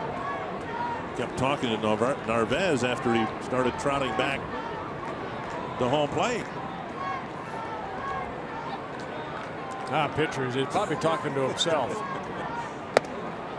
And Rodon seems to have lost it. Yep. Another big man with power, Vargas on deck, and it's 2-0. And Sano needs to be pretty particular here about what he swings at.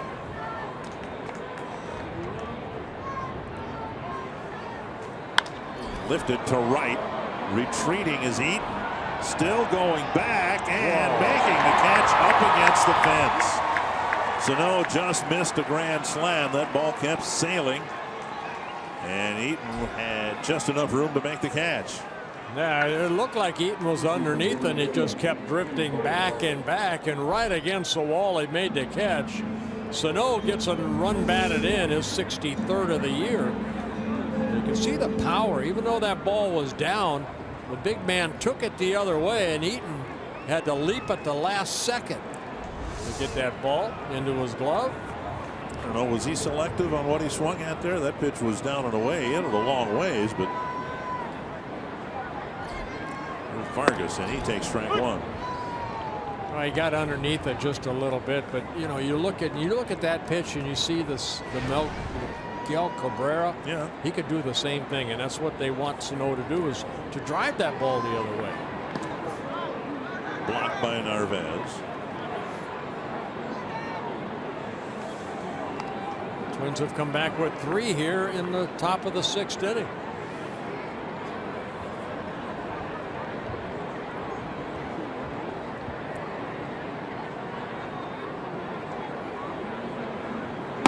Outside, 2-1.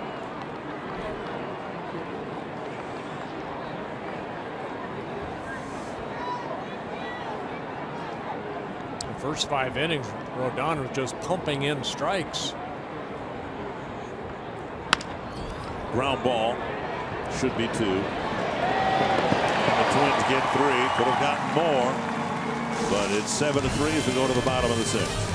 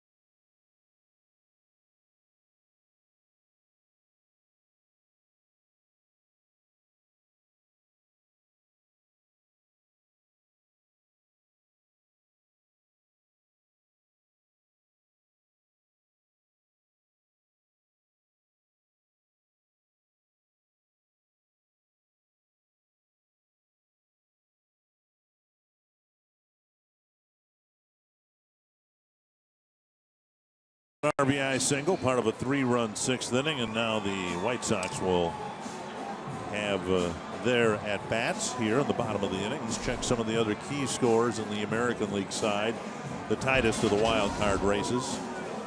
Baltimore holding a wild card spot comfortably in front in the bottom of the 8th at Yankee Stadium. Toronto with a wild card spot less comfortably in front at Fenway Park. And the Tigers are beating up on the Braves. Seattle and Oakland will get started in just a little bit. Adam Eaton will lead off against Pat Dean. First pitch, down and in, ball 1.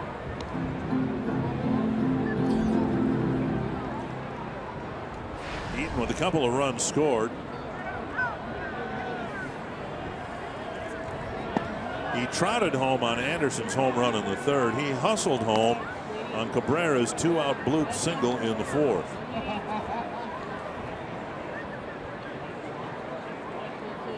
The White Sox had problems scoring runs this year, believe it or not. And they might have some spots they hope to improve on. I like this guy. I think he's a really good player. He may win a Gold Glove for his play in right field this year. And it wouldn't take much behind him to get him to score 100 runs. That's really impressive, that run he scored in the 4th inning. Well, that's the type of player he is. He's a good baseball player. He hustles. Off the glove of Polanco and into center field. His first hit, but he's on base for the 3rd time tonight.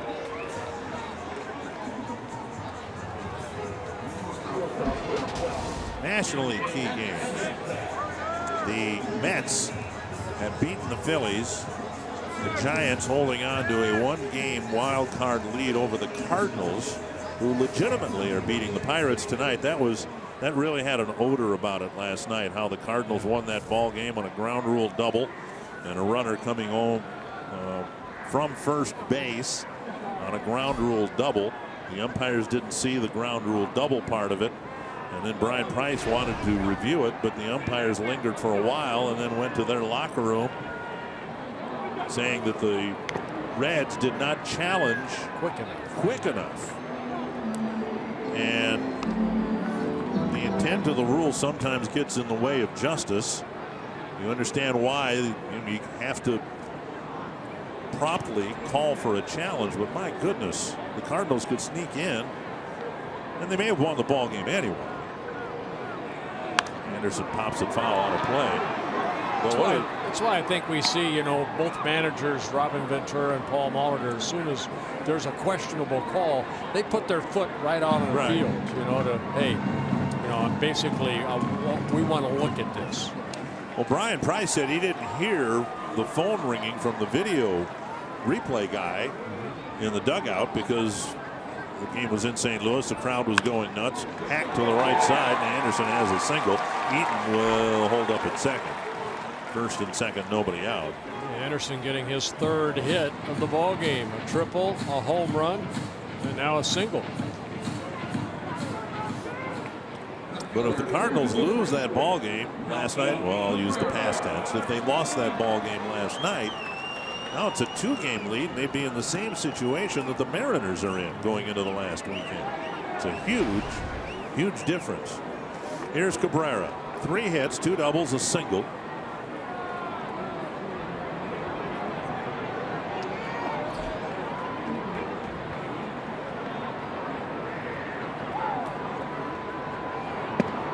Strike 1.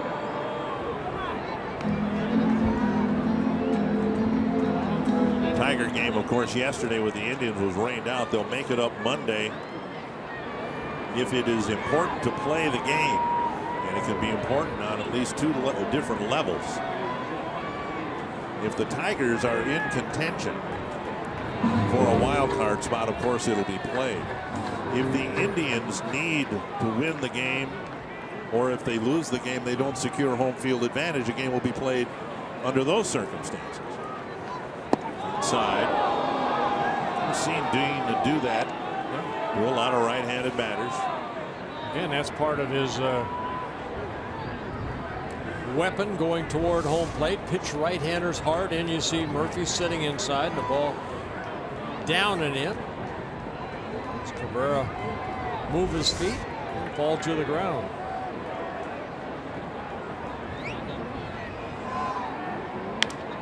And if there's one thing in talking with you, Jack Morris, Neil Allen, Paul Molitor, if there's one thing they would like to see more of in 2017, it is what Dean does regularly, pitching inside.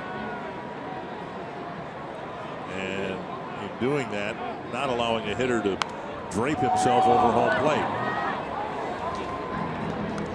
You keep talking about establishing down and away, but what we've seen so often this year, the pitch is down and away, and the hitter just dives after. You got to watch what you're doing. I'm trying to think of that series. Was it Boston that Pedroia just kept peppering that ball away, and not one time they came in? Yeah. You know, Ted Williams said that's the hardest pitch to hit, but if you threw every pitch there, he's going to hit 402 or 2. The game was played differently back then. Yes, even Ted Williams was pitched inside. Dean beats a big strikeout right there with the runners at first and second, nobody out. Now there's 1 out. Strikeout number 3 for Dean. Well, Abreu coming up. The Twins are going to go to the bullpen one more time. High fastball. Cabrera, who usually hits that ball against the Twins, missed it. Yes, he does. So Dean took the game from the 3rd inning into the 6th, but runners at first and second, 1 down when he comes out.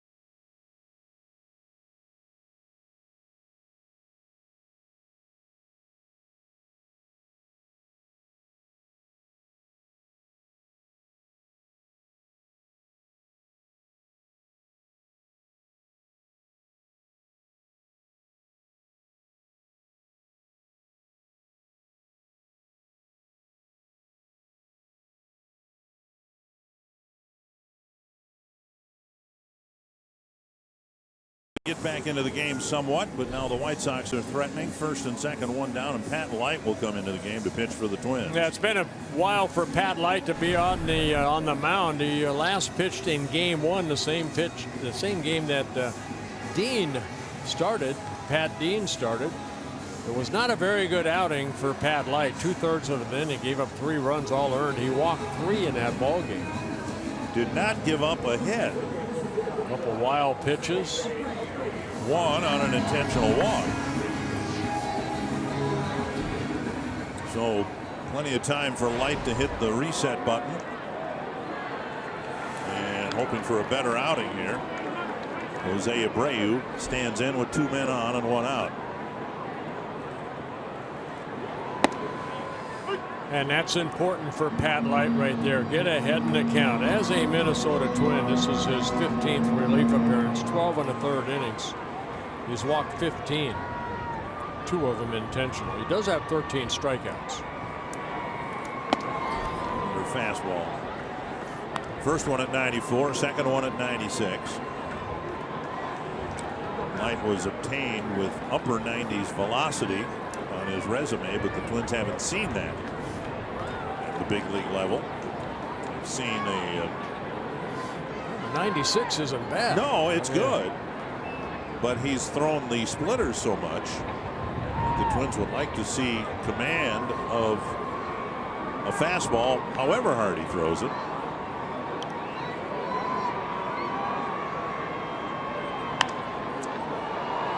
That was 94, and kind of ate up Abreu a little bit. 1 and 2. Now 3 straight fastballs. Now does he throw that splitter? That's been his strikeout pitch.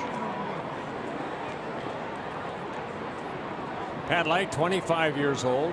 He was a #1 pick by the Boston Red Sox in 2012 and the 37th overall pick. 1 and 2. That's not a spinning breaking ball. That's his splitter.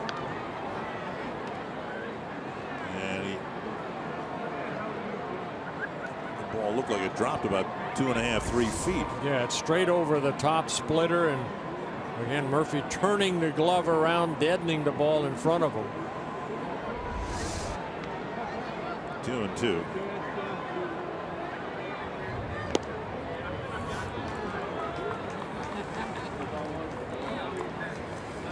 And now a full count. We've seen that from Light even when he has good outings, and he had one earlier in that Tiger series you spoke of.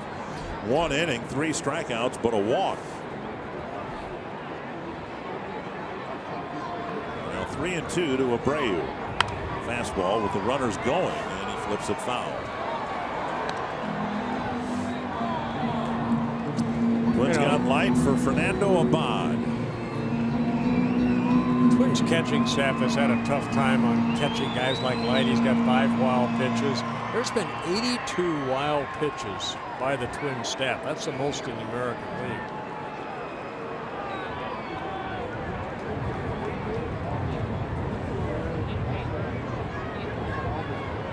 Runners go, and the pitch bounced toward third. Eaton will take a big turn at third. That was well played by Escobar. He got it over to Vargas quickly. The runners move up, 2 down. That looked like the splitter right there that created the ground ball out.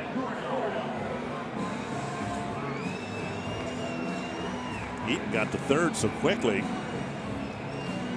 and he looked at Escobar, and Escobar was able to rifle his throw across and keep Eaton at third. He made Eaton stop instead of rounding the bag and continuing home. We've seen Joe McEwing coach third base very aggressively with guys who can run a little bit. Here's Justin Morneau, 1 for 3. 2 men in scoring position.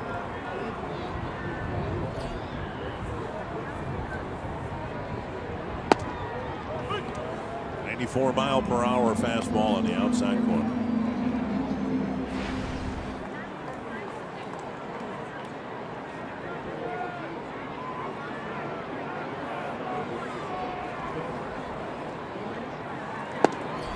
Another good fastball. Good location. So he got ahead of Abreu with the fastballs. Now ahead of Morneau.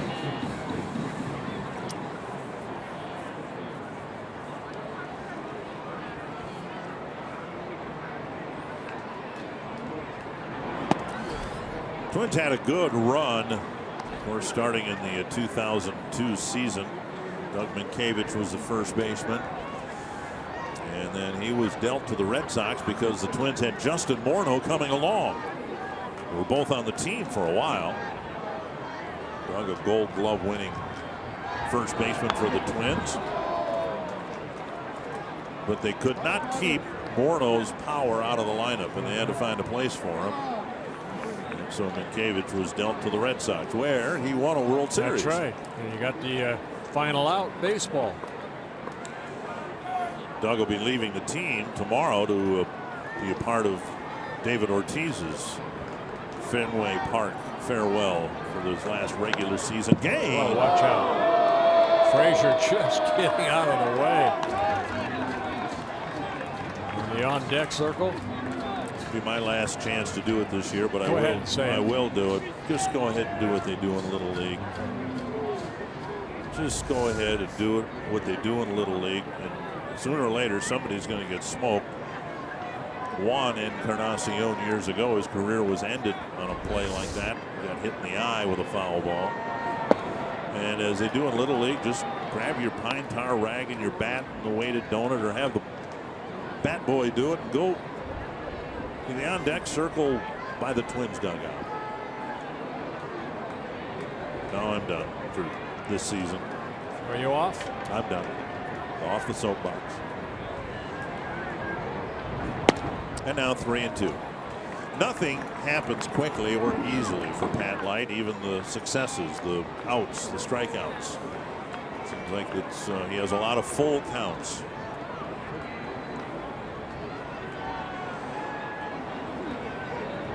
Three and two.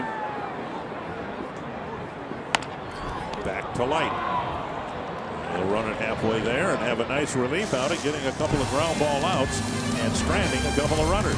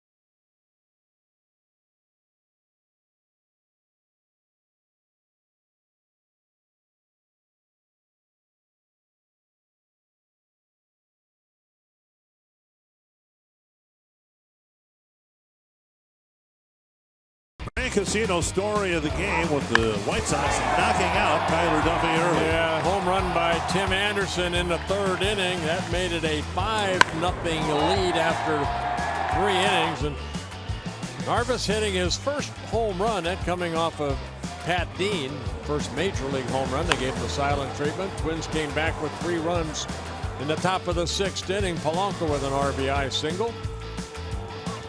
Carlos Rodon, who struck out 10 in the ballgame, is out of the game when he struck out the first 7 batters he faced. Chris Beck coming out of the bullpen, making his 24th relief appearance. Escobar will hit left-handed, of course. Outside, ball 1. Escobar, Murphy, and Schaefer, and then the Twins hope to send up a few more after that, including Buxton.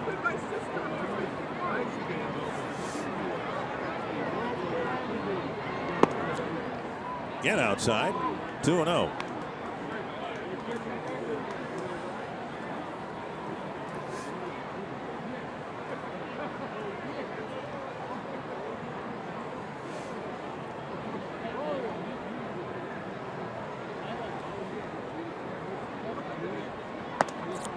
3-0. Beck coming into the ballgame 23 1/3 innings. He's walked 16, one intentional, with 16 strikeouts. So control has been an issue for Beck. A couple stints with the White Sox this year. And now a strike.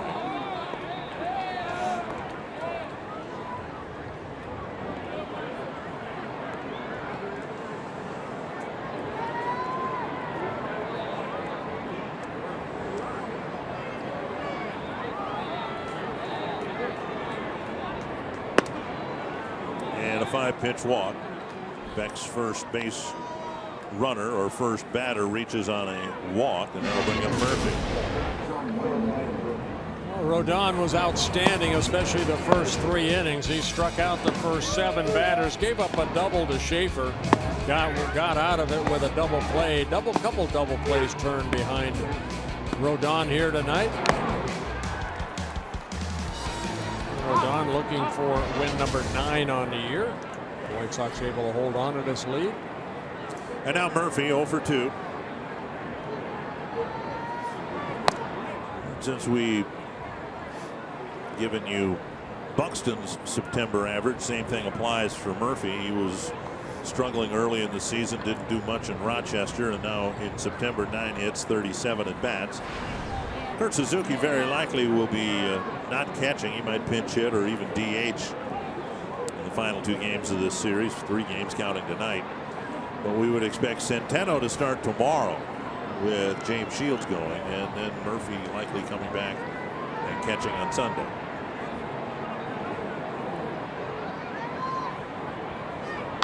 Chop foul, 1-1. And then it's anybody's guess what the catching situation is going to look like next year. There's so many jobs open on this team, as there should be, with 102 losses already in the books. Whoever is hired to run the show for the Twins will, I'm sure, start with the roster when considering changes. The right center field, Garcia in front of Eaton makes the catch far away. And before Schaefer's at bat, if you can't catch the games on TV, and you won't be able to after Sunday, you can stream them live on your mobile device with the all-new Fox Sports Go app. Download the app and take Fox Sports North and Twins baseball with you wherever you go. Here's Schaefer. First Twins hit was the first Twins base runner with a 1-out double in the 3rd. And scored the Twins' first run with a walk off of Rodon in the 6th inning.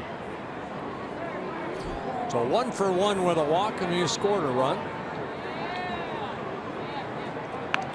Beautiful bunt. That's a base hit. Frazier threw it for no apparent reason. Escobar to second. And Schaefer, who's gotten a couple of bunt hits, has 2 for 2 night going. Very nicely done right there. Softly bunted down that 3rd baseline with Frazier playing behind the bag. And now Buxton, he's reached once on a walk, once on an error. He scored a run.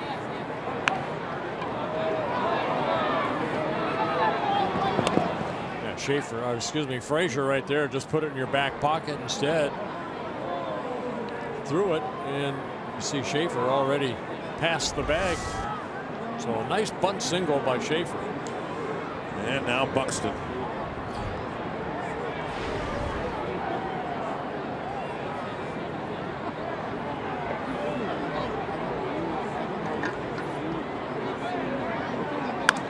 High pop-up down the left field line.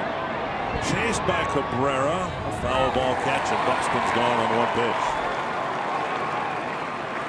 2 down, and that'll bring up Dozier. And again, Dozier's up there with 2 guys on base. Led off the ball game, of course, and struck out, but then came up with runners at first and second, 1 out in the 3rd. Hit into a double play. Then in the 6th, first and second, nobody out, and he singled to right. But Schaefer had to hold up and only gain 3rd base. And now there's 2 outs. Escobar at second, so a base hit. Escobar is not going to hold up. So Brandt can get a base hit here, hopefully knock in his 100th run.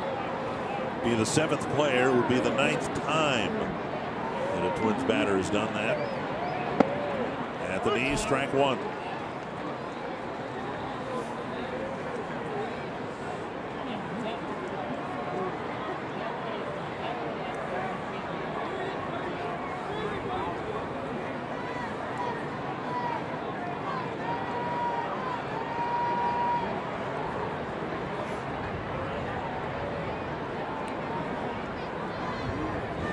Swing and a miss, 2 strikes. A sinker right there, down and in.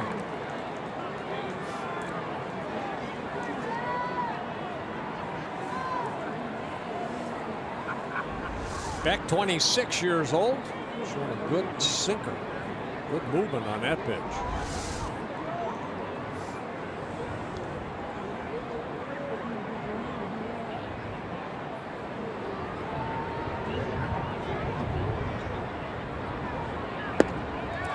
And Dozier strikes out, leaving 2 aboard. Bottom of the 7th with the White Sox up 7-3.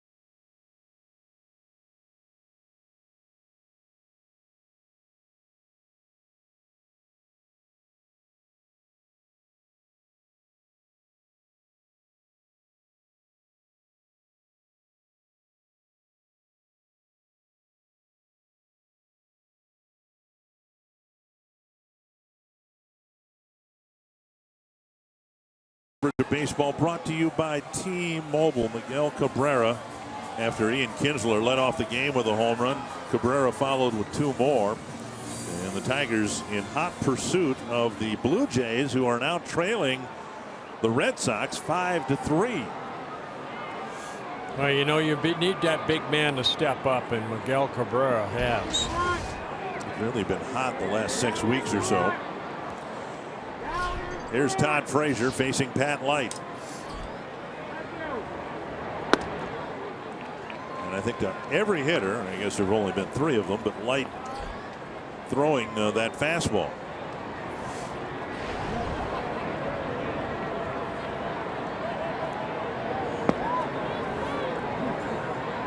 Swing and a miss, 1-1. But getting back to my point last inning, it generally takes a while for Light. He threw 15 pitches to get his 2 outs last inning. The fastball missing, 2-1. So you see the velocity and you see the incredible movement of that splitter, so there's the missing component of command.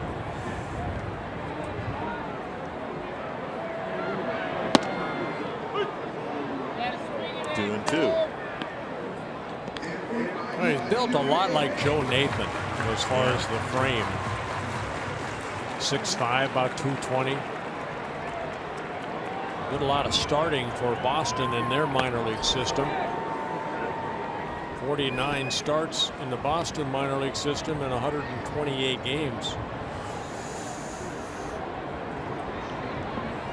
The control issues have been recent, just in the last couple of years. Swing and a miss, a strikeout of Frazier, 1 down. And that was a splitter right there on a 3-2 pitch. Full counts to all three batters and a strikeout of Frazier, and that'll bring up Carlos Sanchez. Just straight over the top. You see the sink on that, almost like a little slider, but going straight down. Box tracks presented by Carrier. The last time that light was a starter was in 2014 for Salem, Class A ball for the Red Sox. This ball hit up the middle, and Polanco glides to his left, makes the play 2 down.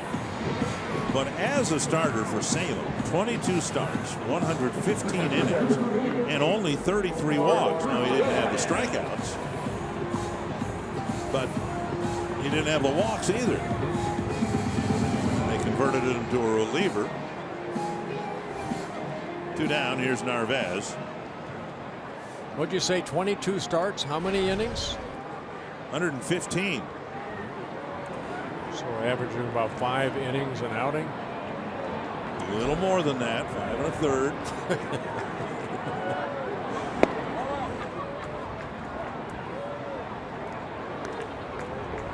What? You wouldn't take that now? This no. In today's game, yes. Yeah. But the point was, you know, only 33 walks in 115 innings, which is actually very good. Yes.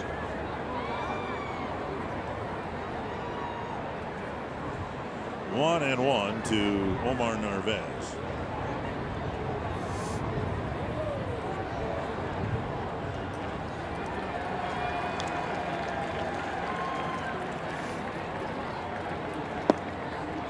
Two and one.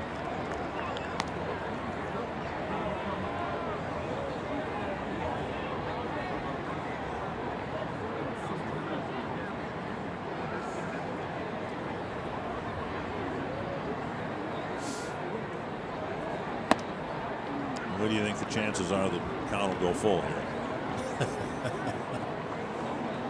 It's 3 and 1.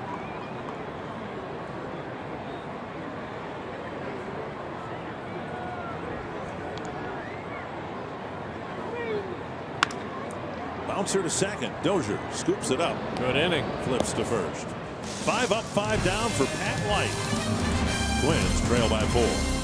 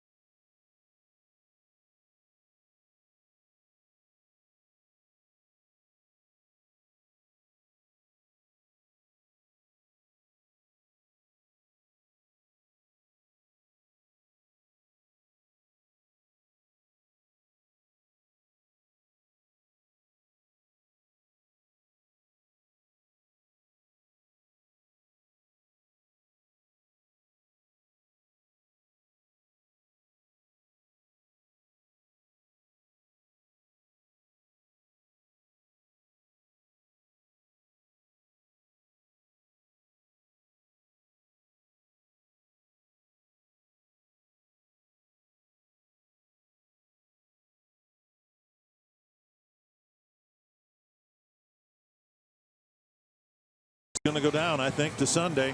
Now, I want to know one thing. Do I call you Dick from here on out, or I do call you Justin Verlander?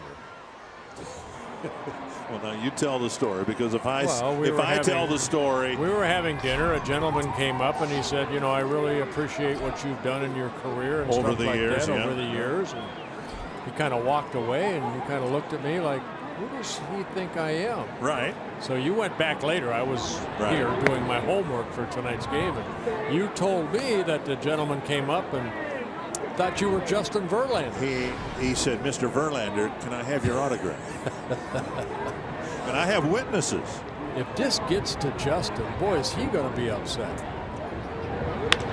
Polanco with a liner to center and a base hit as the Twins try to peck away at this lead in the eighth inning. Yeah, I don't peck see away at Beck. I like that. Yeah. Polanco's second hit. So did you give him your autograph? No, I didn't. Between innings, I saw you working on Justin Verlander's autograph. Yeah, I just thought, I wonder if I was signing Justin's name, you know. First of all, I'd get a blank check. Make it out to yourself. Well, I have 4 witnesses who work for the Twins who heard it, and 1 who works for the White Sox. And I was flabbergasted. What was your response when he asked you? Well, Mr. Verlander may have your autograph. I wanted to be polite, and I think I was. It's not like you. 1 strike to Grossman. And I think I said something like, I'm not Mr. Verlander, but if I see Kate Upton tonight, I'll let you know.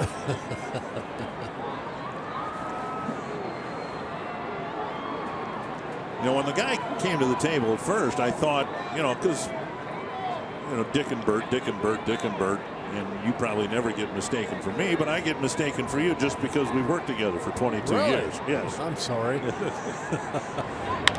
one poked behind third, and a fair ball. And Grossman dumps a single down the left field line, and Polanco dives back. Beck in his second outing, it wasn't easy. His second inning. The first inning wasn't going real well for Beck. The first 2 hitters here get base hits. Good hitting by Grossman, just reaching out, hoping that ball stays fair, and it did. Robin Ventura coming out, make a pitching change. Watch the pitch, that sinker or something away, and Grossman a little out front, but hits it right down that left field line. It stays fair about a foot. Cabrera gets it back in.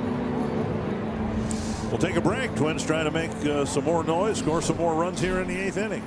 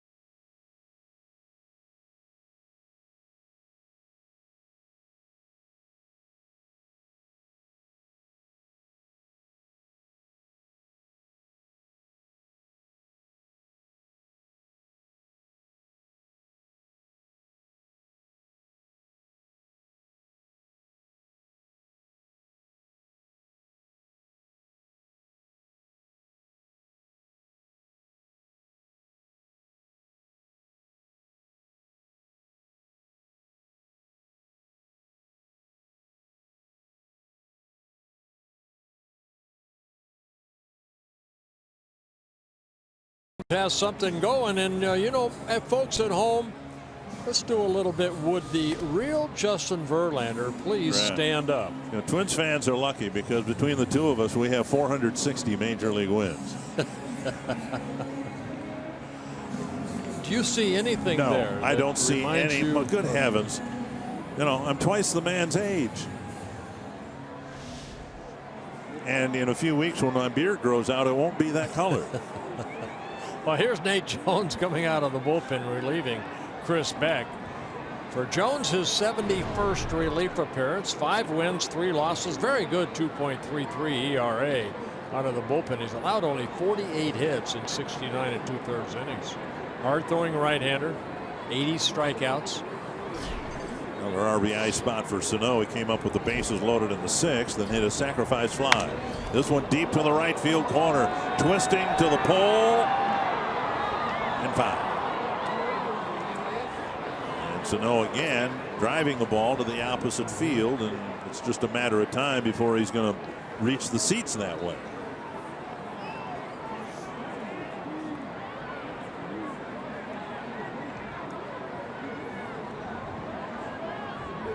Jones with a good fastball, very good curveball. He'll mix in occasional slider and changeup. He'll come right at Sano here.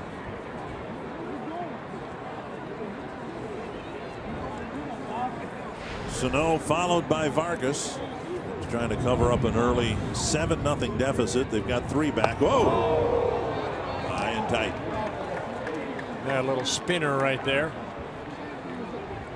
Jones has allowed 7 home runs in 70 relief appearances. You can see the flight of the ball. You can see the breaking ball, the spin of the ball. So maybe slipping out of his hand.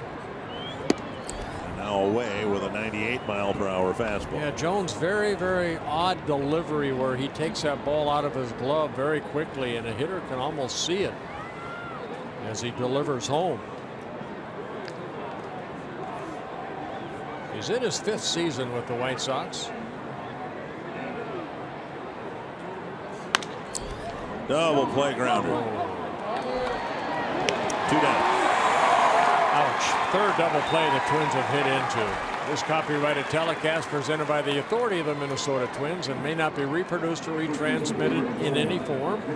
And the accounts and descriptions of this game may not be disseminated without the express written consent of the Minnesota Twins, LLC.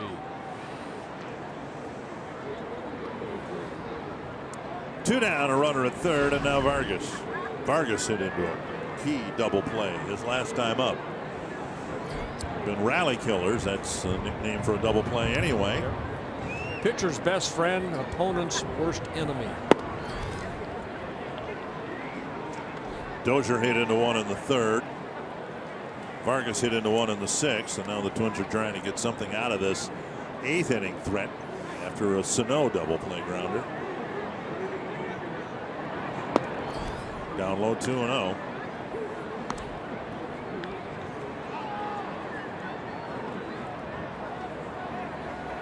Orioles beat the Yankees 8-1.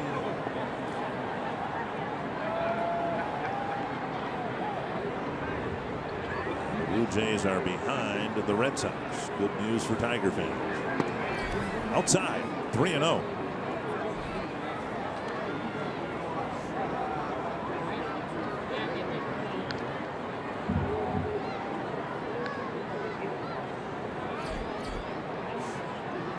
Escobar on deck. And Vargas takes a walk. 2 men aboard again. And that'll bring up Escobar. 0 for 2, 2 strikeouts and a walk.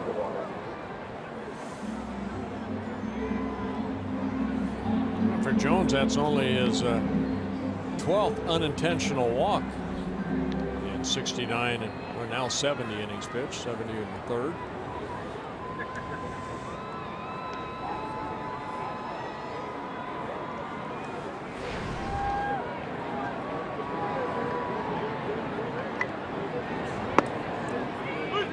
Breaking ball over, strike 1.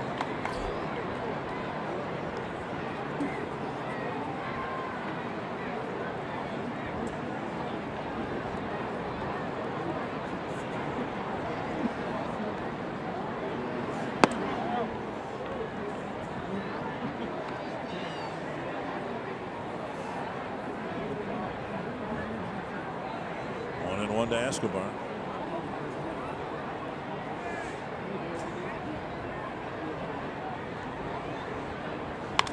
popped up into the seats. 1-2.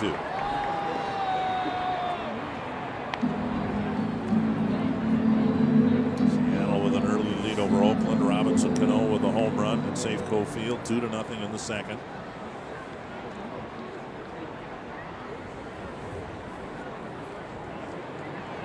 Tigers leading 6-2 over the Braves, bottom of the ninth.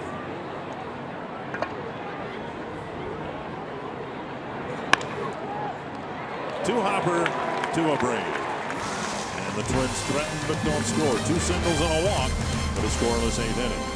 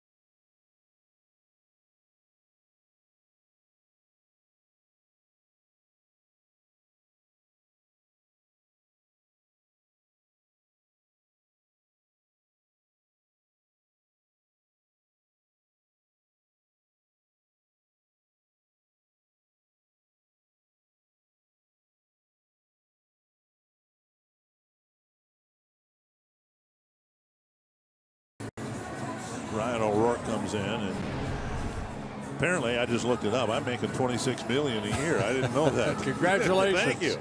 Thank you. Well, Ryan O'Rourke coming in for the 25th time. He worked a couple times in Kansas City, asked to get one out, and he struck out both batters. So been doing a good job out of that bullpen as of late. Had that one bad outing at home against Seattle. Other than that, having a very good month of September. The Twins want to see a little bit more of O'Rourke. Done a pretty good job out of that bullpen. And Taylor Rogers, Buddy Boshears. And now 1-1.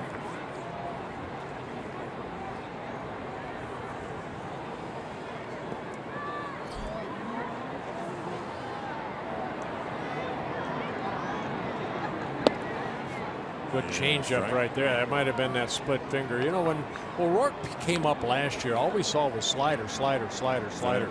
Now I think what we're seeing, because of that little split finger, we're seeing the splitter, we're seeing more fastballs, and another splitter right here. And he picks up a strikeout.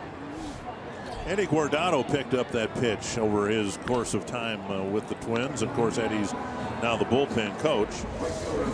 Now watch a drop of this straight over the top. And Garcia goes fishing for a pitch out of the strike zone.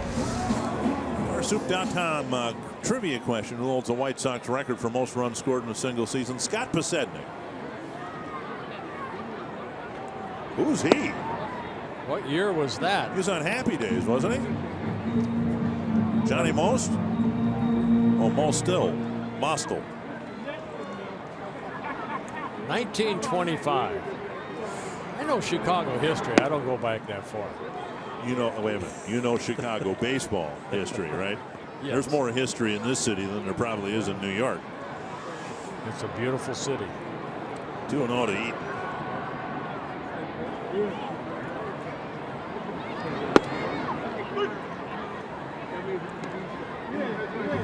For the night game again tomorrow, a day game Sunday, and then everybody will scatter. Some people will go to Minnesota, some will go home. I'll be going to Detroit to join my teammates for the game Monday. I think you're pitching too. 2-2. That'll be interesting if they have to play that game and say Detroit gets in. They'll have that wild card on Tuesday. We kind of talked about it last night, right, Dick, where they could play what, 5 games in 5 days in 5 different cities. A lot of different scenarios. I believe Justin Verlander, the real one, is supposed to start tomorrow, and I think Norris pitched tonight. Yeah, He pitched well. I want to say it's Boyd. Is he supposed to go on Monday? Pop up, deep short. Polanco's there, 2 down. If you're looking to keep your young ball player active this offseason, you can look no further than the Twins youth camps presented by the Select Heartland Chevy dealers. Camps are geared toward youth 7 to 14. They begin MEA weekend and continue through March of 2017. Instruction is led by Twins personnel as well as top college and high school coaches. Training focuses on hitting drills to improve swings and throwing lessons to gain velocity while avoiding injury. That goes back to the home run in the 3rd. And Robin Ventura and Don Cooper are going to be upset because warnings right away. Well, they sit back down. This used to frustrate the heck out of Ron Gardenhire. But let's take a look at the home run.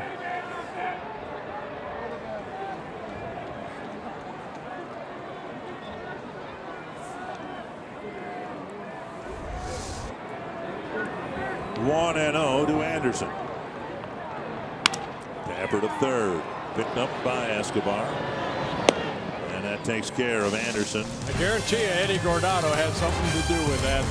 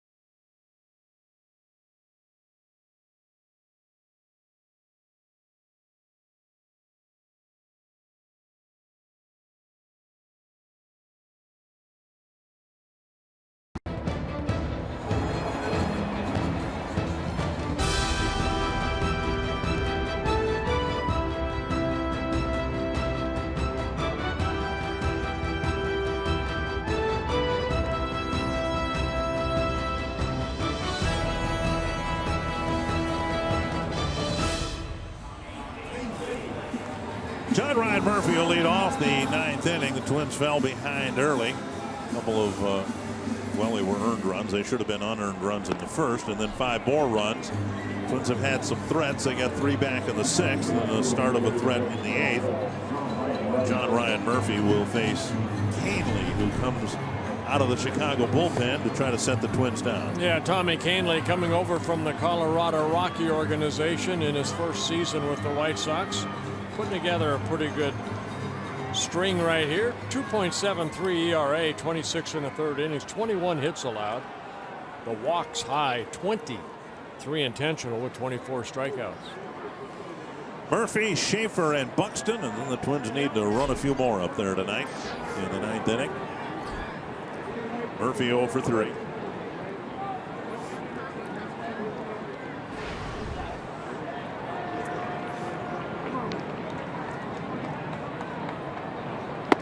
Fastball down the middle of strike. Seattle's up the lead 3-0 over Oakland in the third.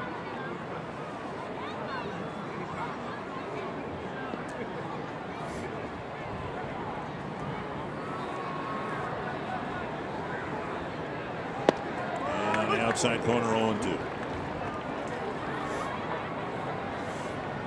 Kahnle 26 years old. A couple seasons, as I mentioned, with the Rockies. 5 different stints this season with the Chicago White Sox. Started the season in AAA. Foul back.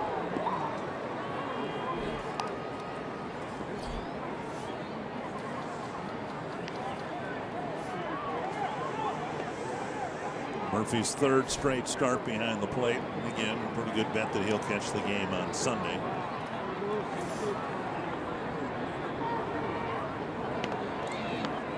Down and away, 1-2.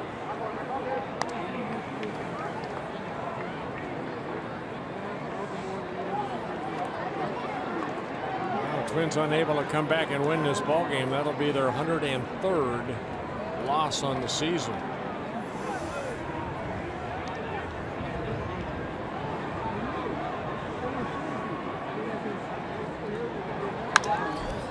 Field corner.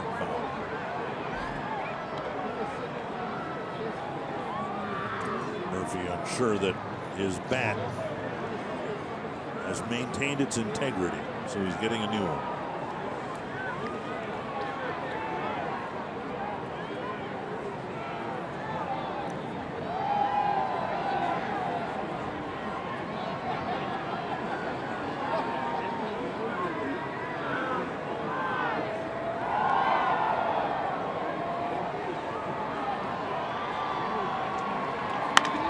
Stroke to the backhand side of Anderson. Good pickup and throw. Murphy hit the ball hard toward the hole, but Anderson picked it off and threw accurately to Abreu, one away. Time now for What's Next, brought to you by CenturyLink. We'll move up an hour tomorrow for Game 2. And it'll be James Shields going against Hector Santiago. Yeah, both these guys getting traded season. Of course, Santiago coming from the Angels. Shields coming here to Chicago from the San Diego Padres. Hector Santiago's pitched well against his former team that signed him. So hopefully he'll be on. Schaefer with 2 hits against lefty Rodon.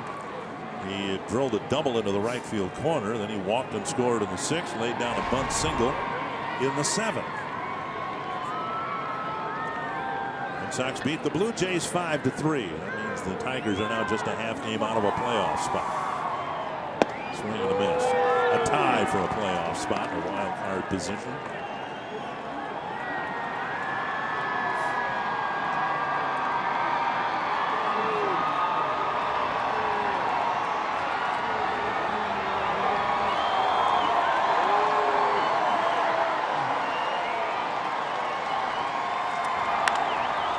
Softly on a line. Sanchez is there, 2 down. And that'll bring up Buxton.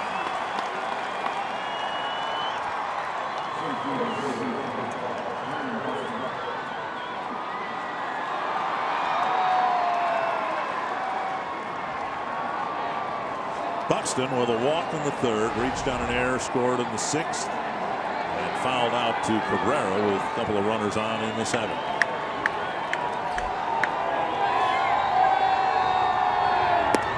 Ball 1.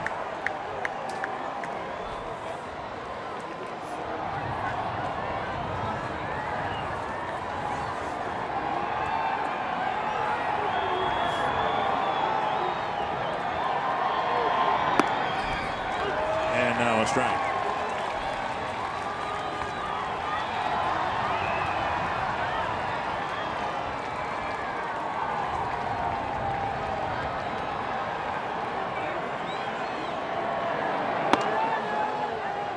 Two and one.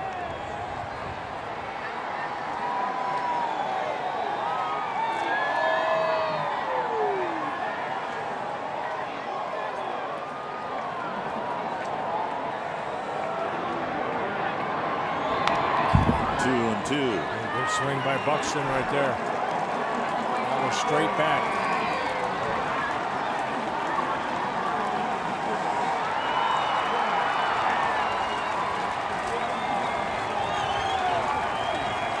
Two and two to the Twin center fielder.